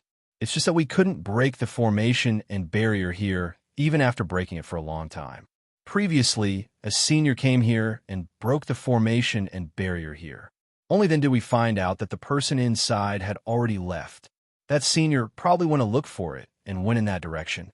As the cultivator spoke, he pointed in the direction of the mountain and wiped away the cold sweat on his forehead. Only the heavens knew how much fear he had to endure to not stutter. Hearing the words of the person below, the people in the air glanced at each other and flew in the direction of the mountain one after another. It wasn't until those people left the mountain that the people below let out a sigh of relief and quickly scattered. They didn't dare to gather together in case they couldn't find the person they wanted and came back to vent their anger on them. At the same time, in another part of the forest, Feng Jiu and the others quickly skimmed through the forest for a long time before they stopped. Take a break. Remember, if someone comes looking for you, you must remain calm and don't mention what happened before. She calmly warned them. When they heard this, they glanced at each other and asked, "Why did we run away after coming out? We even snuck away. Even if you entered the nascent soul stage, it shouldn't be a big deal, right?" They were really shocked by him. Not long after the 3 bolts of lightning struck, he came out. They didn't know what happened, but he quickly led them away and didn't stop for such a long distance. Entering the nascent soul stage will cause too much of a commotion. It will definitely alert the experts in the depths of the Hell Mountain range. If we can avoid it, we're not their match. She spoke slowly. She knew that none of them had seen the fire phoenix soar into the sky, but they had heard a sound similar to the cry of a phoenix. You're talking about the sound? Why was there a phoenix's sound? That sound. They feng jibe, feng jibe, feng jibes, feng jibes, feng jibe. Also, why did his when he's is nascent s jibe? That's my contracted beast.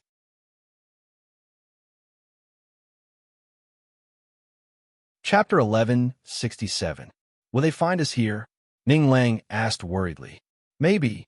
She looked at them. That's why I want you to stay calm. In front of an absolute powerhouse, life and death can be decided in an instant. Hearing this, their hearts trembled. They knew the seriousness of the matter, so they sat together to discuss countermeasures.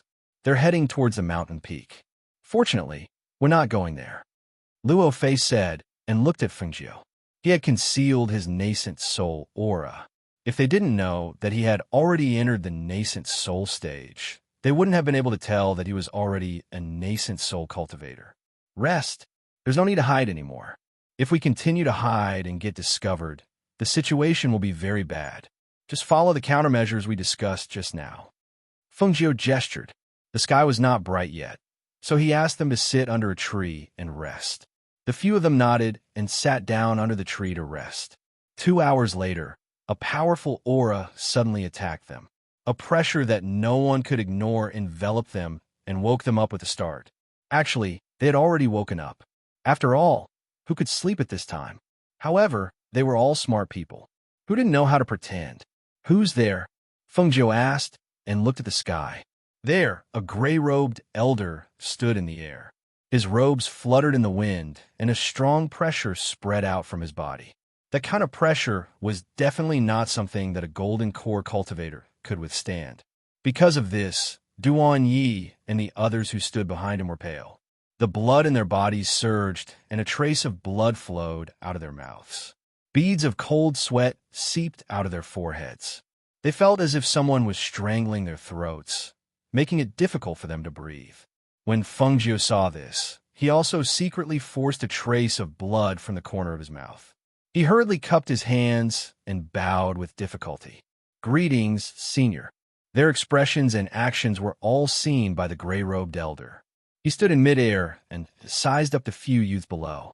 Seeing that they were all at the gold core stage, there was nothing out of the ordinary. However, the red-robed youth in front of him surprised him a little. Under his pressure, He actually knew how to salute. Therefore, he retracted his aura and asked in a low voice, "Who are you? Why are you here?" When the pressure was withdrawn, it was as if a huge rock had been removed from their chests. They couldn't help but heave a sigh of relief, but they didn't dare to relax. Duan Yi and the others directly fell to the ground after the other party withdrew his pressure. Their faces were slightly pale as if they were frightened, and their bodies trembled as they fell to the ground. Only Fengjiu managed to catch his breath and respectfully replied, "Replying to Senior, we are the sons of noble families who are training in the outer regions. Because the sky was dark, we decided to rest in the forest. Did you hear or see anything unusual?" The old man asked again, his gaze falling on Fengjiu. "Abnormal? I think I heard the cry of a phoenix when I was sleeping, but it disappeared after a while," Ning Lang said as he wiped the trace of blood from the corner of his mouth. "Yes, that's right. Someone should have advanced before this. We also heard the sound of heavenly thunder. It seems to have come from that direction." Song Ming nodded and pointed in the direction they were originally at. Hearing this, the old man narrowed his eyes and asked, "Since you heard the thunder, aren't you curious? Didn't you think about going over to take a look?"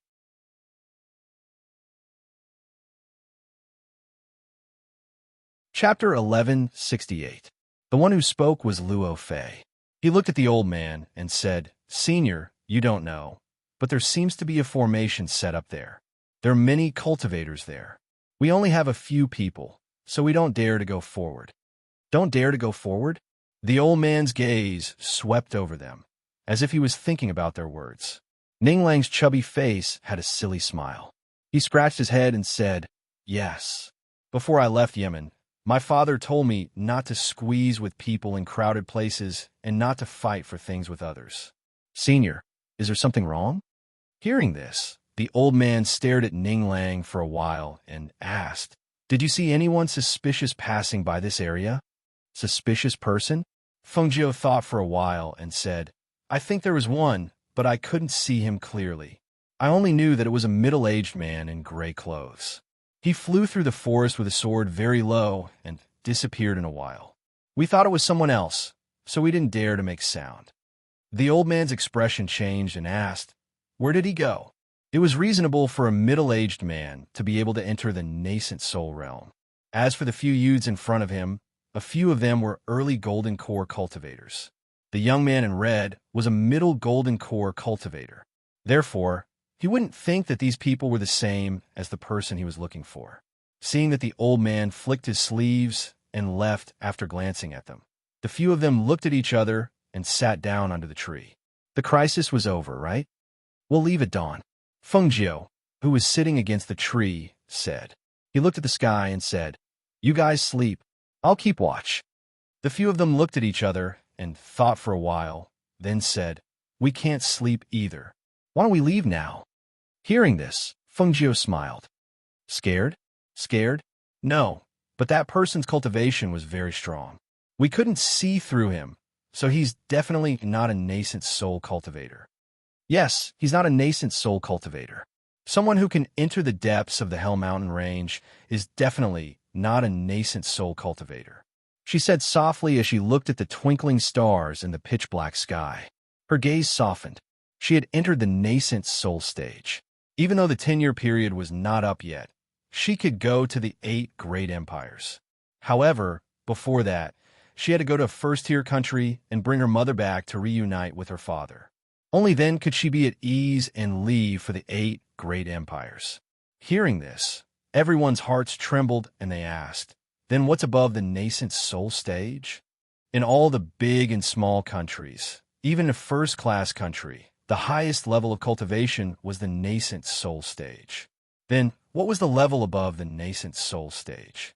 Was it like the previous expert who possessed a powerful pressure and aura?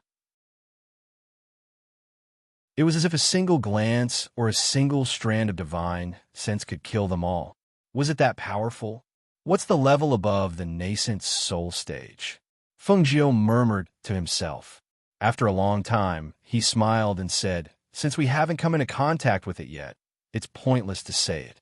When we come into contact with it in the future, we will naturally know.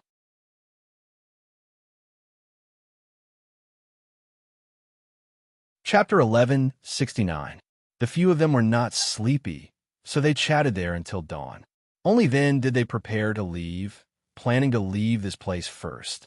However, just as they were about to leave on their swords, a giant snake appeared 10 meters in front of them.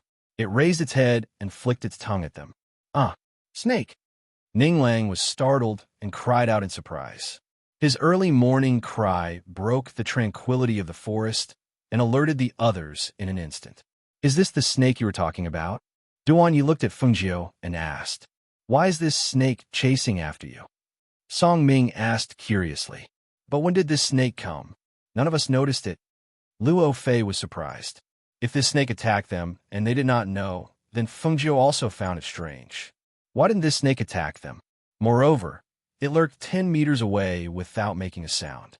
They were too careless. When the snake saw Fengjiu looking at it, it made a hissing sound and wriggled its body forward. Let's go. This snake is poisonous. Fengjiu gestured for them to fly up on their swords and avoid the snake. Hearing this, they flew up on their swords and waited for him in the air. Fengjiu also threw out a feather and sat on it to leave. Unexpectedly, the snake suddenly jumped up and slapped its tail on the ground. Not long after, it spat out a lot of things. There were chinquin pouches, jade pendants, short daggers, and some glowing treasures. All of them were piled up in a small pile in front of her. It nudged the pile with its snake head, then looked at Fengjiu, who was in midair, and hissed. Wow, these are all valuable things. Ninglang's eyes lit up. He looked at Fengjiu and asked, is it giving these things to you? Duan Yi and the others also looked at Fengjiu. A snake spat those things out to Fengjiu? How strange. Fengjiu was also stunned. I don't know either. Last time, it chased after me with a group of small snakes. But this time, there seems to be only one of them around. Those chinquin bags and whatnot were probably taken from the people he ate. As for why he gave them to me, I really don't know. Shall we go down and get it? Ninglang suggested. Go down? Aren't you afraid of being swallowed by a snake? Luo Fei glanced at him and said, I don't think so. Look at it. It doesn't look like it wants to deal with us. Also, look, that was a small mountain of treasures, and there was already so much outside. Who knew how much more was in the chinquin bag? If we don't take the treasure when it's right in front of us, it's not right. Seeing this, Fengjiu sat on Flying Feather and flew lower. He looked at the giant snake and asked, is this for me? Hiss. The giant snake hissed as if it could understand Fengjiu's words. It nodded as if it could understand her. It made sense. Sacred beasts had spiritual intelligence, so it was normal for them to understand. Is it really for me? She was a little surprised and asked again. She had moved the spiritual fruit tree back into the space. This snake had wanted to eat her for a long time. Why was it suddenly so kind? Hiss.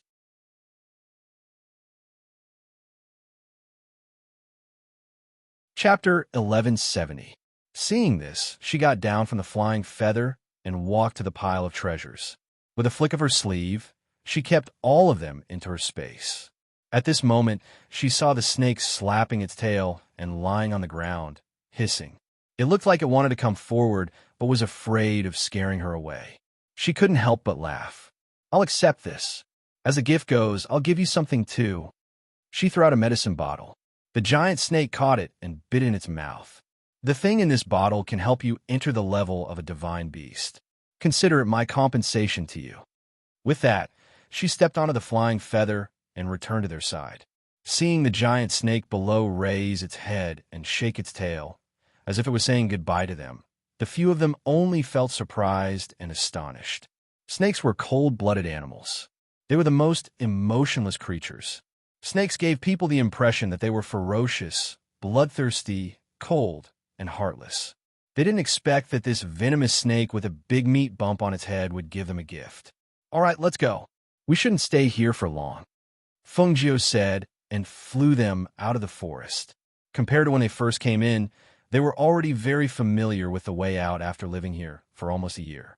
When they came in, they were only in the foundation establishment stage.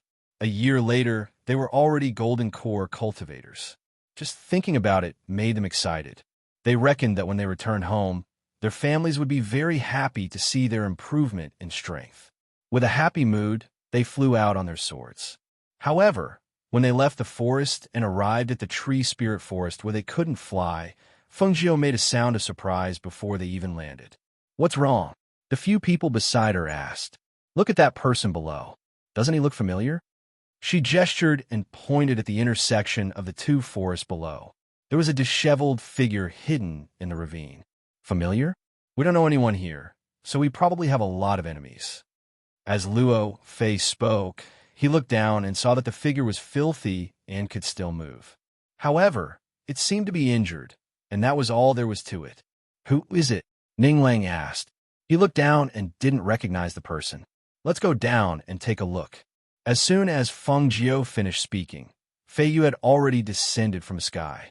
In the blink of an eye, he arrived at the bottom of the mountain and walked towards the ravine. The person hiding in the ditch seemed to have sensed someone's arrival, but he didn't move or run. He just sat there, leaning against the mud and chewing on the bark. Feng Jiu walked closer step by step.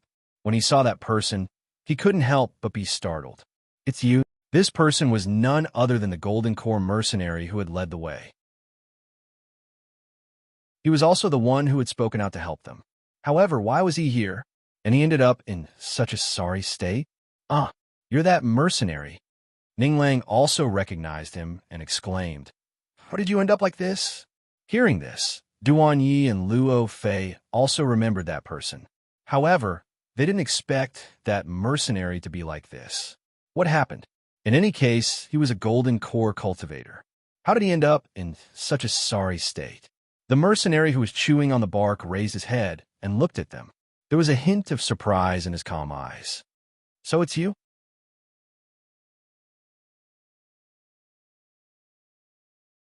Chapter 1171. Be careful. Try not to move his leg. Okay. The few of them responded and jumped down to work together to move him out. Seeing this, the mercenary was startled. He only looked at them for a long time before lowering his eyes. The few of them moved him to a flat area and let him sit against a rock. Only then did they smile and say, "Okay, this should be enough." Fengjiu took out some food and water from his space and handed it to him. "Eat something first and drink some water to moisten your throat." "Thank you." He opened his cracked lips and thanked them. He reached out to take the food and water. His heart was filled with mixed feelings. While he was eating, Fengjiu checked the wounds on his body. There were wounds on his arms and back. Although they were not deep, they had worsened due to improper treatment. The most serious one was the wound on his left leg. Not only was it fractured, but it was also badly mutilated. It should have been caused by a wild claw. "Your injuries are not light, especially this leg," Fengjiu said and stopped because he was still eating. "Yes, I can only wait for death here." He smiled, but that smile carried a bit of sorrow. Maybe it would be better to just die. Waiting for death like this is really worse than death. Abandoned by the team, abandoned by his companions. He really wanted to ask them, why didn't they just give him a quick death? Wouldn't that be better? The team leader he had followed for so many years, the brothers who had gone through fire and water many times, had abandoned him, who was injured and could not walk. He did not know what he was doing alive. He knew that he would either be killed here sooner or later, or be dragged away by the ferocious beasts. But he still used the dagger they left for him to peel the bark and eat under his extreme hunger. It turned out that human nature could be so selfish. It turned out that what brothers said about being able to support each other through life and death was all a lie. When he was abandoned by the brigade, none of the brothers who he had saved in the past stood up for him. Those brothers who were extremely friendly in the past, when he could not walk or fight, only looked at him coldly. They even took away his chinquin bag. He only left him with a rusty dagger. A rusty dagger. Fengjiu looked at him. His entire person was different from when they first met. There was no longer any spirit in his eyes, and there was no longer any vitality in his body. There was only coldness, sorrow, and an extremely disappointed aura. Without asking what he had been through, Fengjiu only said, "Bear with it. I'll treat your wound." Then he gestured for them to take off his clothes and his dirty pants, revealing the wound on his thigh. Luo Fei, find a branch for him to bite on, she instructed without raising her head. No need, this pain is nothing, he said, then said to Fengjiu, I can bear it. Hearing this, Fengjiu looked at him, then nodded. He took out a small knife and removed the infected and rotting flesh on his arm and back. Then, he used medicinal wine to clean the wound, applied medicine, and bandaged it. After treating the wound on his arm and back, Fengjiu took care of the wound on his thigh. Other than the wound, there was also a fracture, which was more troublesome.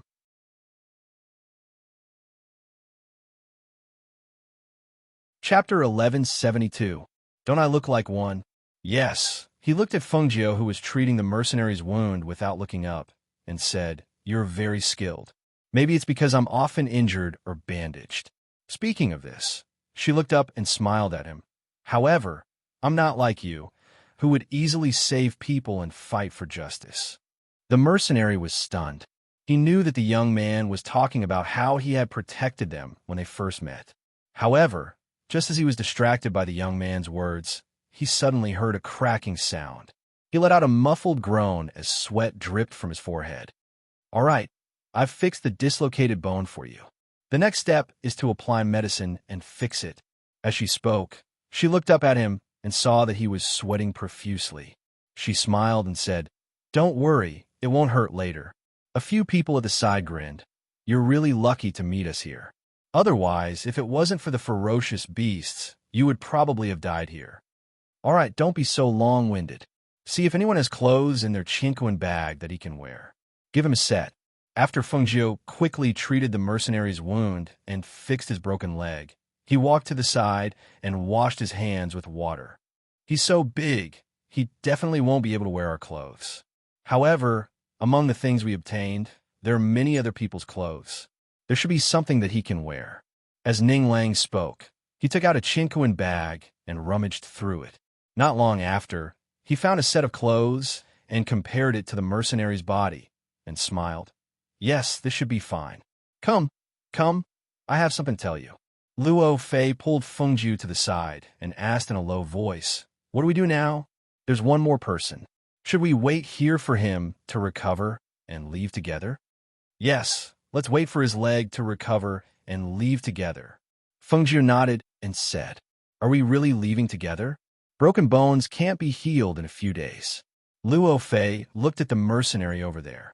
Although he felt that it was quite pitiful for him to be alone, they had to accompany him here for half a month. Fengjiu smiled. No need. Let him rest for a while. He'll be able to leave in less than 3 days. How could this be? That's a fracture. As Luo Fei spoke, he saw the confident look on Fengjiu's face. He could not help but swallow the doubts in his heart. Forget it. If he says he can, then he can. In any case, they weren't in a hurry to leave. Moreover, the experts who came out from the depths should have already left by now. Even if they stayed for another 10 days or half a month, they could afford to wait. Therefore, they rested here. Although they had food in their space, it wasn't enough for a big meal. Therefore, 2 of the 4 went to pick up branches, 2 went to hunt, and Fengjiu stayed with the mercenary. You've all advanced to the Golden Core stage? The mercenary looked at Fengjiu with unconcealable surprise in her eyes. Fengjiu nodded. Yes, we advanced some time ago, so we decided to go back. This training is already over. She then asked, Are you going back to the mercenary union after you go back?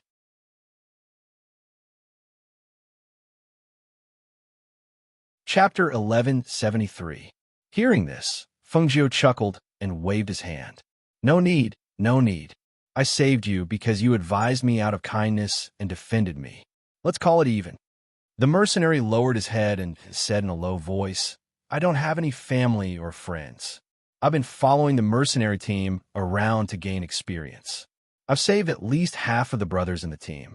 However, when I couldn't fight anymore and couldn't walk anymore, I was abandoned. No one came out to speak for me. They even took away my chinquin bag and my belongings, leaving me only a rusty dagger. I won't go back to the mercenary team. Fengjiu rested his chin on his hand and listened without saying a word. Sir, let me follow you. I could be your guard and protect you. I'm a cultivator in the middle stage of the Golden Core realm. After I recover, I can still deal with some people. I don't lack guards, and I don't need anyone to protect me. Why don't I help you ask them? She tilted her head and looked at him as she asked. Sir, you're the one who saved me. He fixed his gaze on Fengjiu, as if he had already decided on him. Hearing this, Fengjiu frowned and thought for a moment. This person's heart wasn't bad. She knew this from the first time they met. Otherwise, she wouldn't have come down to save him after seeing that he was the person below. However, following her, she really didn't lack people by her side. Sir, I'm good at tracking and scouting. My tracking skills are quite famous among the mercenaries. If you take me with you, I might be able to help you in the future. Fengjiu rested his chin on his hand and tapped his face lightly. He thought for a moment and said, You have to swear an oath to be my subordinate. I can't tolerate betrayal and disloyalty the most. Hearing this, he was overjoyed. He immediately pointed 2 fingers to the sky and swore an oath, establishing a master-servant contract. After the light flashed into the space between his eyebrows, the mercenary said respectfully, Sir, from now on, you're the master of Su Mountain. What master? Luo Fei and Duan Yi walked back, carrying a wild boar. Behind them, Ning Lang and Song Ming followed. I'll take him. Fengjiu turned around and smiled, looking at them as he spoke. Ah, you took him in? Why don't you take us in as well? Ning Lang ran back to Fengjiu after hearing what they said. He threw the branch aside and walked quickly to Fengjiu's side. Fengjiu, take us in too. We'll be your lackeys. What's there to collect? I'm too lazy to care about you guys. Let me tell you, once you leave this place, go back to the academy and report yourself. I still have things to do. I won't be bringing you back. Ah, you're not coming back with us? When they heard this, their faces immediately turned gloomy. They thought that they would have to go all the way back to the academy. No, I still have something to do, she said with a smile. Then how do we find you in the future? Why are you looking for me? Haven't you caused enough trouble for me in the past year? It's better if we don't meet her, she said with a half-hearted smile and waved her hand, not telling them where to find her. Ah, how can you do this? The few of them glared at him.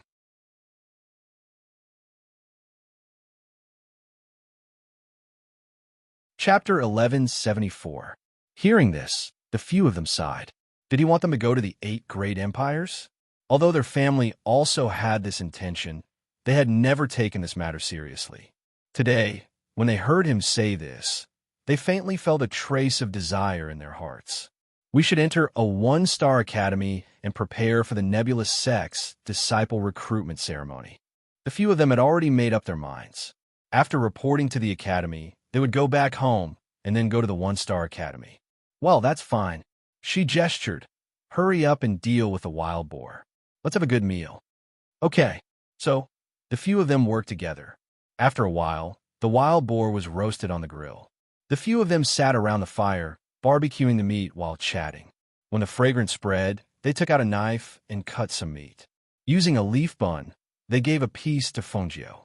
Try it. Fengjiu took it without hesitation. He cut a small piece and tried it. He nodded. Well, it's good. Don't burn it. Here, this piece is for you. Ning Lang handed a piece to Su Shan and smiled. Since you're with Fengjiu, you're one of us. You don't have to be polite with us. Su Shan thanked him and began to eat. Strange, that eagle didn't seem to come back after leaving. Ning Lang looked at Fengjiu. Could it have been caught? It shouldn't be. It probably knew that we were leaving, so it didn't come back. Fengjiu cut a piece of meat and ate it. He looked at Ning Lang and asked, Where's your pet? It's in the spirit beast space. I saw that it was still small, so I told it to stay inside and not come out. Well, don't show off before you have the strength. Otherwise, it will be taken away. She reminded. I know, Ning Lang replied with a nod. The few of them chatted and ate until late at night, when they closed their eyes to rest. They were resting, but Fengjiu was not. She was responsible for the safety of the surroundings. Therefore, after releasing her divine sense, she found that there was no movement in the surroundings. Seeing that the few of them were asleep, she came to Su Shan's side. Master, as soon as Fengjiu approached, Su Shan, who was resting with his eyes closed, sensed it. He immediately opened his eyes and was surprised to see that it was Fengjiu. "I'll heal you." As she spoke, she gestured for him not to make any noise and wake them up. She then placed a hand on his injured leg. A green light, like the vitality of a tree, surged out from her palm and seeped into his bone marrow. It quickly healed his broken bones. Even his wounds were quickly healing. However, they were bandaged with cloth so no one could see. It was a green aura that was visible to the naked eye. It was a source of life force that was as warm as a flame. Su Shan was surprised. After about half an incense stick's time, he saw that his master's face was slightly pale and his forehead was sweating. He hurriedly asked, "Master, are you all right?" "I'm fine. It's just that I've used up too much energy." "Stand up and move around a little." She wiped off her sweat. This was the first time she had used her vitality ability to heal someone. She wondered how effective it would be. Can I stand up now?" Su Shan asked in surprise. After seeing him nod, he then moved his leg. However, with this movement, he could clearly feel that the pain in his leg had completely disappeared. It was as if his leg had never been injured.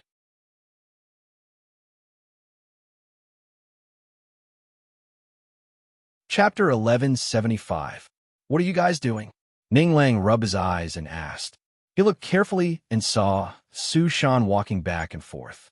He couldn't help but be stunned. "Isn't your leg bone broken?" Duan Yi and the others were also stunned. Seeing him walking there, it was obvious that he had recovered. But how was that possible? Wasn't his bone broken? No matter how good the medicine was, it shouldn't have healed so quickly, right? "Yes, it's healed. Look, I can walk and jump now," he said happily and even shook his broken leg, but he didn't feel any pain at all. All right, as long as you're fine, don't show off."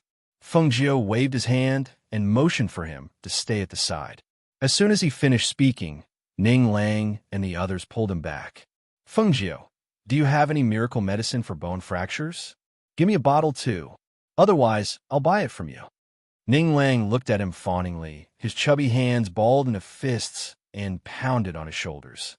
"No," she said straightforwardly. "Why not? Look, his leg is healed. Don't be so stingy. I'll buy it from you, so you'll owe me a favor." "I really didn't.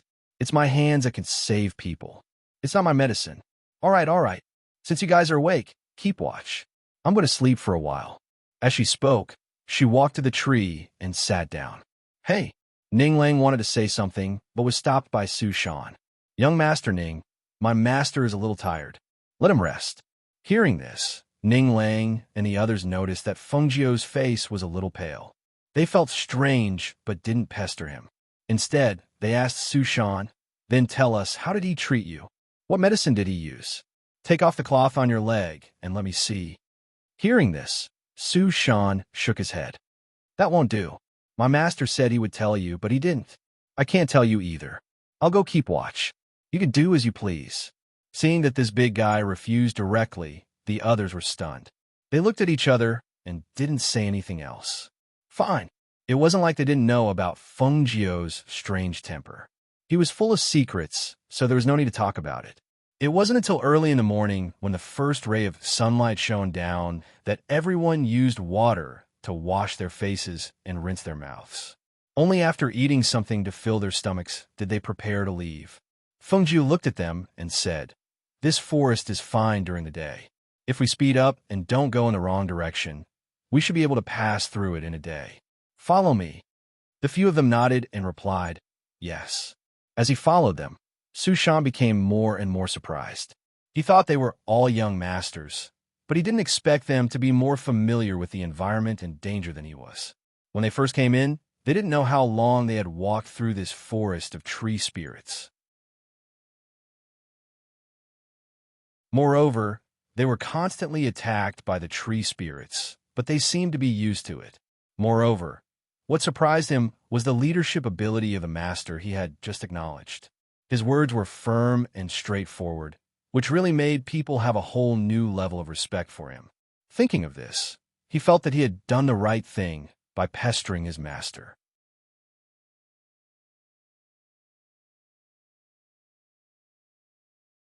Chapter 1176. The group of people followed the red figure in front of them. They channeled their spiritual power and walked in extremely fast speed, almost without stopping. Along the way, they did not encounter any attacks from other cultivators or ferocious beasts. In the evening, they passed through the forest of tree spirits and arrived at the place where they first entered. They saw the cliff on the opposite side and also saw a group of rogue cultivators guarding the cliff on this side of the mountain range. Look, a fat sheep actually came to our door. A burly man among the rogue cultivators grinned, revealing a mouthful of yellow teeth as he stared at Feng Jiao and the others with a sinister look. I didn't expect it to be just a few brats. They look easy to deal with. Another person's face was filled with excitement. Moreover, these brats are so soft and tender, especially the one in red. He's even more beautiful than a woman. Damn it, I've stayed in this lousy place for almost a year and haven't seen any decent beauties. This red-clothed brat is mine. The rogue cultivator in the lead was a cultivator at the peak of the Golden Core realm. His face was fierce-looking, and he looked more like a bandit than a bandit. Boss, you're right. We don't have to go in and be attacked by ferocious beasts by waiting here. If we see something good, we could just snatch it. This decision is really too wise. A lackey cultivator said fawningly at the side. His small eyes stared at Feng Jiao and the others with evil intentions. From their point of view, these 5 brats were only in their teens. Only the big guy was a bit stronger, and he was a Golden Core cultivator. The others were only in the Foundation establishment realm. They would be stupid not to snatch these people. In fact, they did not know that because they left this place, Feng Jiao had suppressed his cultivation level. He did not want to be too conspicuous.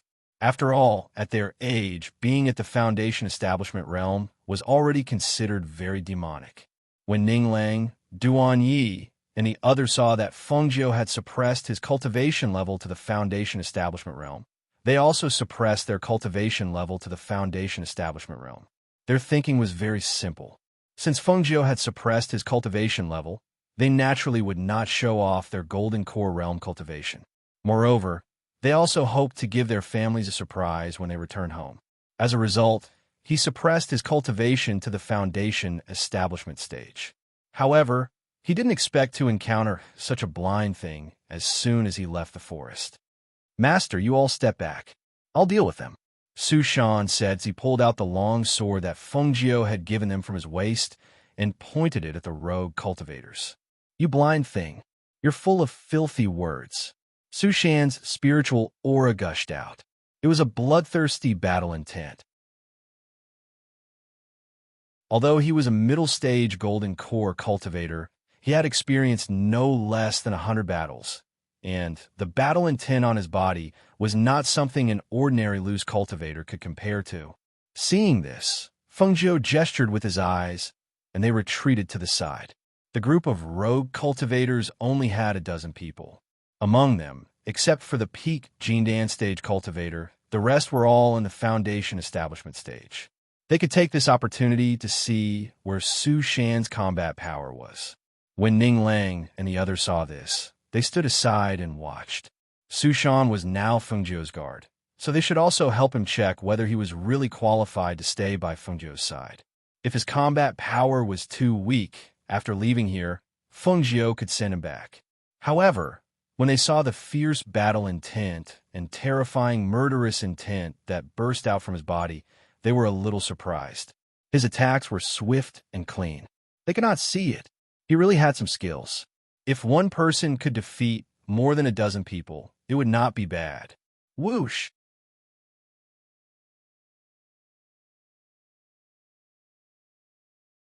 Chapter 1177.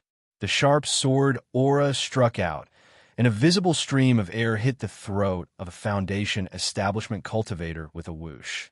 Blood splashed out, and the man staggered backward, falling into the abyss behind him without even a chance to scream. Immediately after, the sword and saber collided. The long sword turned and brushed past the saber in the hand of the peak Golden Core cultivator. Sparks flew, and the sharp sword aura pierced forward. Hiss! The peak Golden Core rogue cultivator avoided the fatal point in his panic, but his face was still injured by the sword aura, leaving a bloody gash. He quickly retreated, wiped the blood off his face, and shouted angrily, "Go!" He waved his saber, indicating for the surrounding Foundation establishment cultivators to go forward and take him down. He aimed at the few youths who were watching a show at the side, and his heart was filled with anger. Damn it, these brats are quite carefree. Let's see if they can still be so calm when they fall into my hands later. He cursed in his heart and was about to move over when he saw the big guy kick a few Foundation establishment cultivators down the cliff and kill a few more with his sharp sword. In less than half an incense stick's time, he lost more than half of his men. Boss, save me. Some people were still crying for help when they fell into the abyss. Some were shocked when they saw this, and fear rose in their hearts. The more they fought, the more they were no match for him. They couldn't help but cry out and try to escape. Try to escape? Su Shan's sharp eyes swept over them, and he kicked out a piece of gravel, hitting the back of their heads with a few bangs. With a muffled groan, they fell to the ground one by one. Seeing this, the peak golden core cultivator suddenly took a big step forward and reached out to grab Fengjiu in red. "You dare to offend my master. You're courting death." Su Shan turned around and saw the rogue cultivator reach out to grab Fengjiu. He immediately turned and stepped forward, grabbed the rogue cultivator's foot with one hand, and pulled him back fiercely. Fengjiu, Duan Yi, and the others watched quietly. Even when they saw the peak golden core cultivator attacking them, no one dodged, as if they knew that he couldn't hurt them. That's right, a golden core cultivator wanted to hurt a nascent soul cultivator? In this world, how many monsters like Fengjiu could kill a nascent soul cultivator? How dare he attack Fengjiu? He was tired of dying too slowly. However, Su Shan's skills and fighting strength opened their eyes. Even if they fought him, they wouldn't be his match. He was a true middle-stage gold core cultivator. His combat prowess and fighting spirit were gathered from every slaughter and battle. He had combat experience that they did not have. Although, of a person, to him,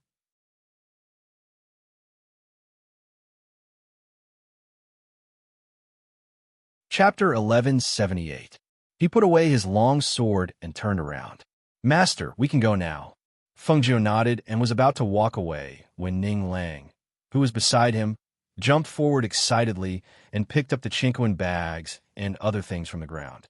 Seeing this, the corners of her mouth twitched slightly and she couldn't help but want to hold her forehead. This brat was still the same. Which Jindan stage cultivator would care about such a small thing? Which golden core cultivator would be as greedy as him? "Ning Lang, you didn't do anything. Aren't you embarrassed to take it?" She said casually and saw the smile on his face stiffen. He looked up at her embarrassedly. I didn't want to keep it for myself. Didn't I count the spoils for Su Shan?" As he spoke, he gave Su Shan all the things he got from the rogue cultivators. "Here, you can have it. Keep it well." This, Su Shan wanted to decline, but he heard his master's voice. "Take it. Didn't those mercenaries take all the things you have? It's a good chance to add some things so that you won't be empty-handed." "Yes, thank you, master," he answered and took the things. "I help you count them. Why don't you thank me?" Ning Lang snorted and said, "Thank you, young Master Ning." Su Shan smiled and cupped his hands. "That's more like it." Ning Lang smiled and looked at the place in front of them. He looked at Fengjiu and asked, "Are we still going over the same way we came?" "Yes, that's fine." Fengjiu nodded. Song Ming walked out from the side with a smile. "Watch me." He came to the side and shot arrows at the other party in the same way as they came over. He pulled a rope to help them. Not long after, a few people walked over the rope one after another. After they came to the other side, Song Ming retracted the rope. The group continued to walk forward under the cover of the night. They didn't leave this place until dawn. The sun is out and we're out too. I didn't lose an arm or a leg, and I even earned a lot of good things. I'm so happy. Ning Lang opened his arms wide and cheered at the sky. His fat body ran up and down a mountain path. He couldn't hide his joy, and people couldn't help but smile. Fengjiu chuckled and said, "Not only did you not lose an arm or a leg, but you also probably gained weight. Didn't you notice that your stomach protruded again?" She looked down, and her gaze landed on his round stomach. Hearing this, the people around her also laughed. In my stomach. Why aren't our stomachs as round as yours? If you're fat, so be it. Stop looking for excuses. What's there to hide? Luo Fei chuckled and stared at his round stomach teasingly. Seeing this, Songming waved his hand and said with a smile, all right. Let's not talk about him. How can he be called little fatty if he's not fat? Don't you think so? Huh?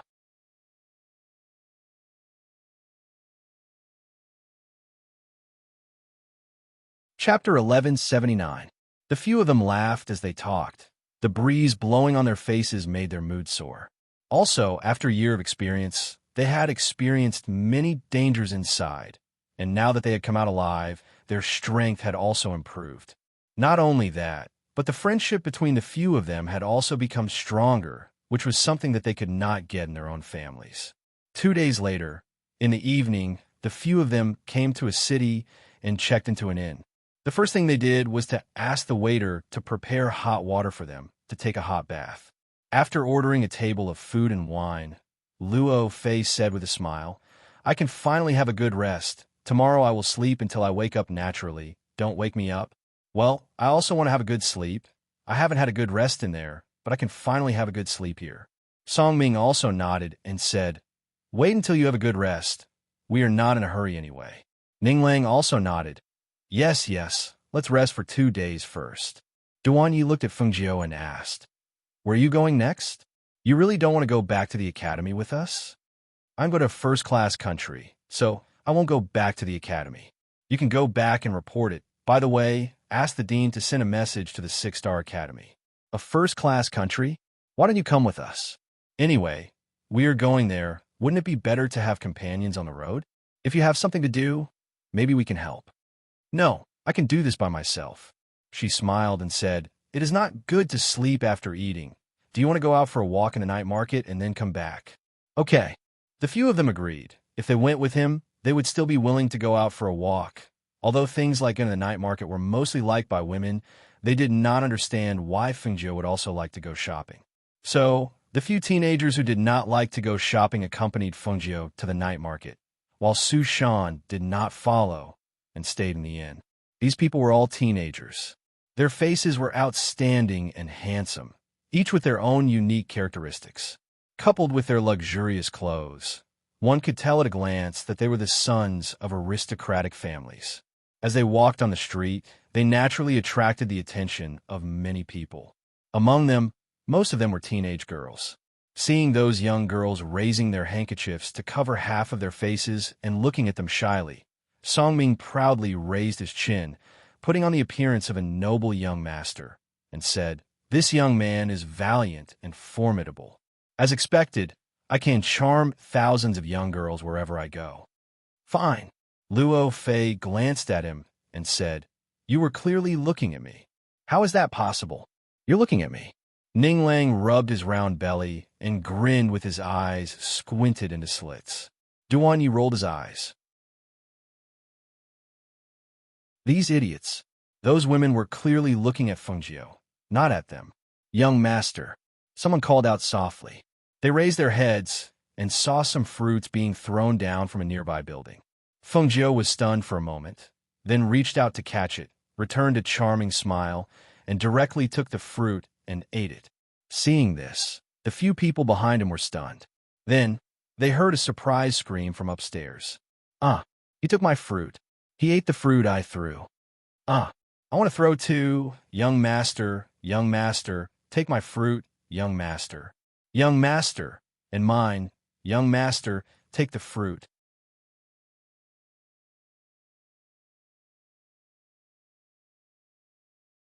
Chapter 1180. For a moment, the women in the pavilions on both sides of the street leaned half of their bodies out. Some threw down fruits directly, while others wrapped the fruits in handkerchiefs and threw them down. For a moment, fruits flew all over the sky, stunning everyone on the street. Hurry up and catch them. What are you waiting for? Don't waste the girl's good intentions. As Songming spoke, he patted the shoulders of the people beside him and pulled up his robes, to catch the fruits that were thrown down. Oh. Ning Lang was also stunned for a moment before he came back to his senses. Coincidentally, there was a stall selling baskets next to them. He picked up 2 baskets and caught them. Not only were the girls upstairs throwing fruits down, but some girls on the street also bought fruits and brought them up directly. They put the fruits in the baskets and ran away shyly. All right, stop throwing them, stop throwing them. We can't carry them all, Ning Lang shouted. He carried 2 baskets full of fruits to Feng Jiu's side. Seeing that he was eating fruits in his hands, he couldn't help but say, Feng Jiu, how can we finish all these? Let's go. We'll rest at the pavilion by the lake. Let's go. Feng Jiu helped carry the baskets. Their figures flitted across the street. Not long after, they arrived at the pavilion by the lake. They put the fruits in the pavilion. Other than Ning Lang carrying 2 baskets, the others also filled their pockets. Looking at so many fruits, they couldn't help but shake their heads. They looked at Feng Jiu. What should we do with so many fruits? Eat. This fruit is quite fresh. It's crispy, sweet, and juicy. She picked up another one and ate it, saying, Girls nowadays are too enthusiastic. This isn't the first time I've collected fruits. Eat. How can we finish all these? Song Ming also picked up one and ate it, saying, It'll spoil if it's left for too long. That's easy. I have an idea. Ning Lang grinned and looked at them, saying, Look, there are many tourists here. We can sell the fruits here. Hearing this, Feng Jiu and the others were stunned.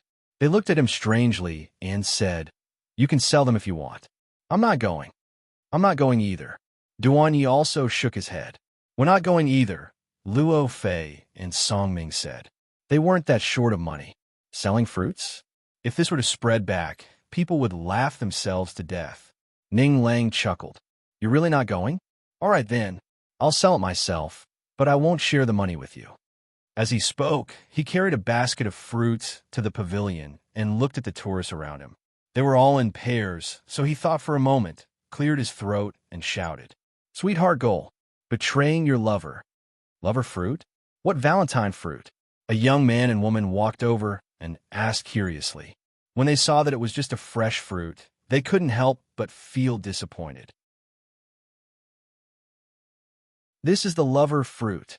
1 green and 1 red for a pair. I only sell these fruits to my lovers. If you don't come in a pair like the 2 of you, I won't sell them. Ning Lang smiled and squinted his eyes as he spoke. He picked up a pair of fruits and handed it over. Young master, buy a pair. Please treat this beautiful and elegant lady to a Valentine's fruit. It's crispy, sweet, and delicious.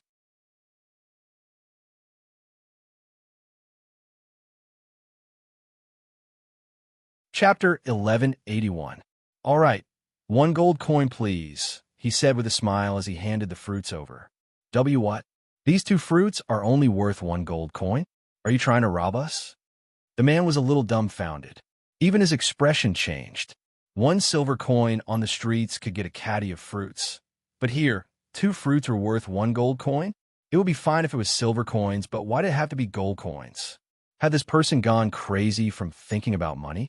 No, it's just 1 gold coin. This is already a very good and cheap price, Ning Lang introduced.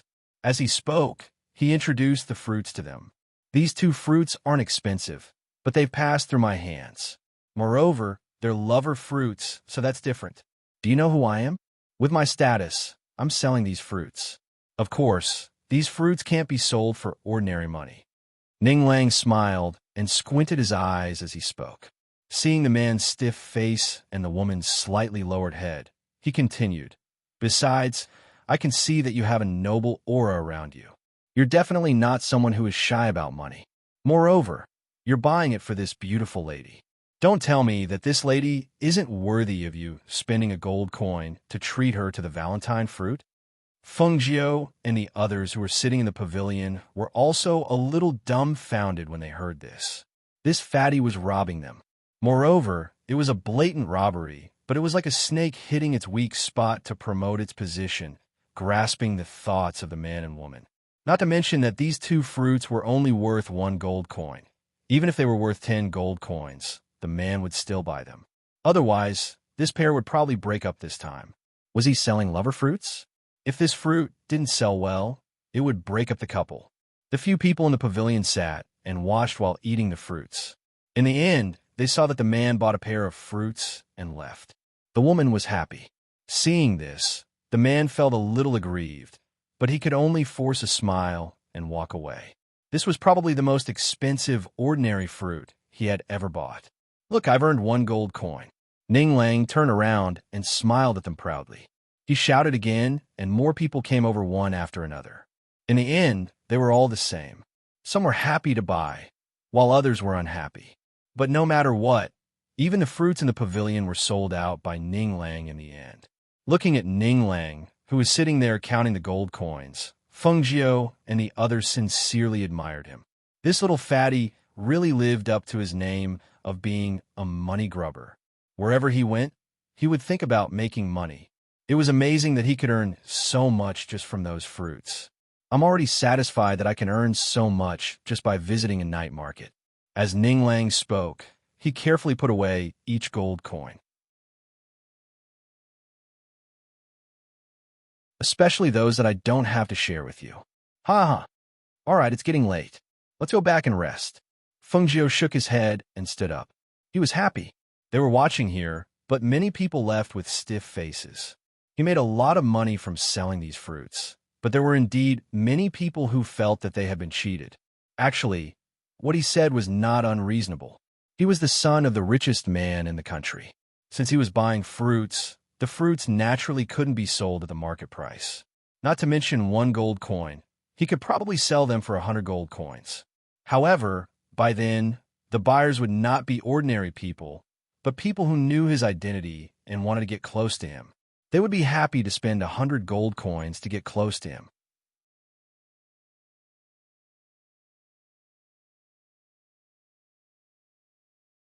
Chapter 1182. They returned to the inn to rest together. During this period of time, their tense minds were completely relaxed after lying on the bed of the inn in the city. Therefore, they quickly fell into a deep sleep. The next morning, Feng Jiao and Su Shan quietly left the inn early in the morning. After leaving the inn, Su Shan asked, "Master, why didn't you say goodbye to the young masters? What if they can't find you? We have to say goodbye sooner or later. It doesn't matter if I say goodbye or not. Anyway, they know that I'm leaving." Feng Jiao said, looking at the street where there were fewer people in the morning. "Let's go." "Yes." Fei Shan replied and left with him. After a year, even Duan Yi and the others didn't know that Feng Jiao was a woman. They didn't know that the person they had been calling him was actually her. Duan Yi and the others didn't know, let alone Su Shan, who had followed Feng Jiao halfway.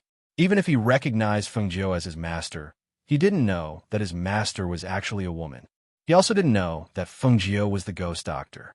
He also didn't know that Feng Jiao's strength had reached the nascent soul stage. He only knew and recognized that Feng Jiao was the person who saved him. He gave him a new life.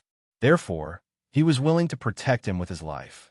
It wasn't until noon that Duan Yi and the others and then woke up one after another. After washing up, they went out of the room and sat down on the first floor. When they were about to order something to eat, they found that the 4 of them were all present. However, Feng Jiao and Su Shan were nowhere to be seen. "Where's Feng Jiao? Is he still asleep?" Ning Lang asked. He looked around and didn't see Feng Jiao's figure, so he stood up. "Order something good first. I'll go up and take a look." Luo Fei and the others nodded. They called the waiter and ordered a few dishes and bowls of rice. Ning Lang, who went up to the guest room on the 2nd floor, knocked on the door of Feng Jiao's room and called out, "Feng Jiao, are you still asleep? We're all awake. We're just waiting for you to eat." Feng Jiao? He slammed the door a little too hard, and the door was slammed open. Seeing this, he walked in. Feng Jiao? He didn't see anyone inside or outside, nor did he see the cloud-devouring beast. He couldn't help but be startled. Just as he was about to go out and ask the shopkeeper, he saw the shopkeeper walk in. "Young master." This young master left early in the morning. The shopkeeper came in and said, "He's gone?" Ning Lang was shocked and raised his voice a few notches. "Yes, he left early in the morning. His bodyguard also left with him. It's been several hours," the shopkeeper said and then left. Ning Lang immediately strode outside and walked down quickly to Duan Yi and the others. The shopkeeper said that Feng Jiu has left. Moreover, I didn't see him in his room. This is too mean. Why didn't he tell us that he was leaving? He left so quietly, just like that. Seriously. The few people sitting at the table were drinking wine. Ning Lang couldn't see their expressions clearly because of their lowered eyes. He only heard them say, "We heard what you said to the shopkeeper upstairs. You don't have to say anything. He said that he was going to leave, but we didn't expect him to leave so soon." Ning Lang sat down and didn't say anything. He only felt a little sad. After being together for so long, he suddenly left. They didn't even know where to find him. Just thinking about it made him feel bad.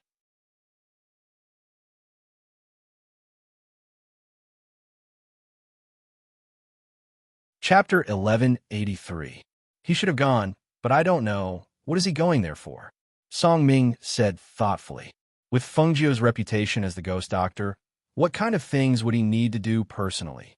No matter what, let's go to the academy first. After we return home, we will go to the one-star academy to report. With our family background, as long as we want to, we can directly enter the one-star academy.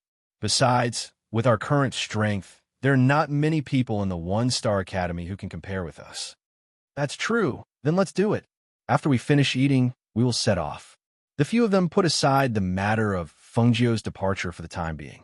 After a year of experience outside, following Feng Jiu and experiencing so many things, their temperament and character had changed a little, and they were able to think further. They knew that Feng Jiu was bound to go to the 8 great empires. And since that was the case, they also had to go there. They were the people he had brought out. How could they stay here after he left?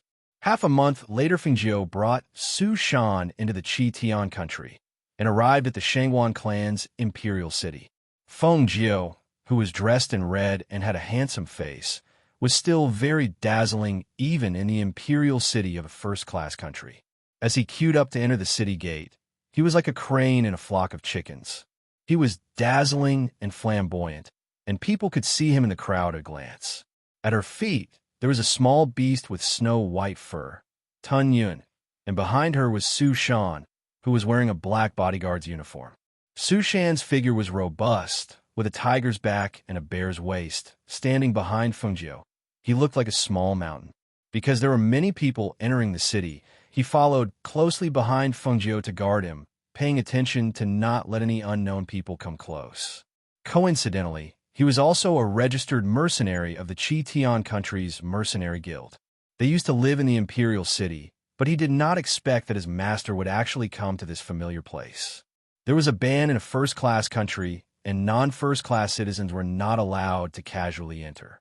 However, when he followed behind and saw that his master was respectfully allowed to pass after handing over the token, he was a little surprised, but he did not ask any questions. Since he was a bodyguard, he could not ask too much about his master's matters. He knew this point. Su Shan, didn't you say that you grew up here? Then you can choose an inn to stay in. Feng Jiu walked leisurely from time to time to look at the shops and stalls on the street. Yes, Su Shan replied, Master, there's an inn, is an old inn in the imperial city. Although the price is twice the price, the environment and the treatment is the best inn. We can go book a room first, and then this subordinate will take you around the city, visit Tess, have a tour around the city.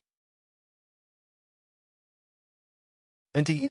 Yes, Su Shan replied, and brought Feng Jiu to the inn in front. When Feng Jiu entered the city, almost all the people from the large families received the news.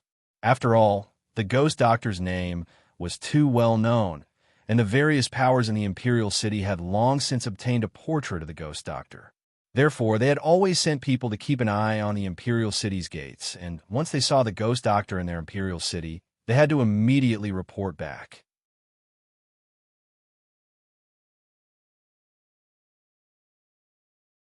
Chapter 1184. While some of those people followed, and some left, Feng Jiu, who was still walking leisurely on the street without noticing anything, turned his head slightly and looked to the side. The corners of his lips curled up slightly as he continued to walk. What? You're saying that the person in the portrait is here? Is that true? The master of one of the aristocratic families in the imperial city was pleasantly surprised when he heard his subordinate's report. That's right, your subordinate wouldn't have seen wrongly. He was dressed in a red robe and had a handsome face that was dazzling. It was indeed the young man in the painting. Your subordinate had ordered someone to follow him in secret so he could report back immediately. The guard said respectfully, "You've seen him? That means that the other aristocratic families have noticed him as well?"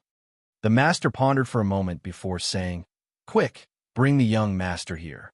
I want to bring the ghost doctor to our residence before they do." At this moment, the housekeeper stepped forward and said, "Master, the young master left early in the morning. He said that he was going to go shopping. I'm afraid that you still have to send someone to look for him. Find him and bring him back." He waved his hand and strode out. On the other side, another aristocratic family was pleasantly surprised when they heard the news. That means that the ghost doctor has really come to the imperial city of Chi-Tian country? That's great. Quick, come with me to bring him back so that the other old men don't get the upper hand. The master of the house said as he led his men out. Meanwhile, in the Shangwan household, they were astonished when they heard their informant's report. The ghost doctor has come to the imperial city? That means that all the powers in the imperial city know about it. The master of the Shangwan household said. He didn't seem too excited, as if he didn't feel anything. That's right. My informant has already gone back to report it. Uffed. Those old men are quite nimble. He's just a young man who knows how to refine some impractical things. What's so special about that? When it comes to refining pills, which aristocratic family can compare to our Shangwan household? The guard lowered his head and didn't say a word. He listened to the master's angry and disapproving voice reverberate throughout the hall. Just have someone keep an eye on him. Find out what he's doing in the imperial city. He waved his hand and gestured for him to leave. However, at this moment, an old man walked in from outside. "Patriarch, I heard news that the ghost doctor has come to the imperial city. Did our Shangwan clan send someone to pick him up?" The person who had come was the third elder of the Shangwan clan, whom Fengjiu had met once before. He's just a teenager who just made his debut. Third elder, you think too highly of him. Our Shangwan clan is an alchemy clan in a first-class country. If we try to curry favor with a teenager of unknown origin, wouldn't we become a joke? The master of the Shangwan family was not the old master of the Shangwan family, but the old master's eldest son, who was Fengjiu's uncle. Hearing this, the third elder frowned slightly. "Master, this Fengjiu is not an ordinary person. Even our Shangwan clan cannot refine the things he refines. This is undeniable. If this person did not come to our imperial city, it would be fine. But if he did come to the imperial city and we did not invite him, wouldn't we be giving this opportunity to someone else?" You're tuning in to the Warrior Lore YouTube channel. Don't forget to subscribe and join us on this journey to catch the most captivating stories.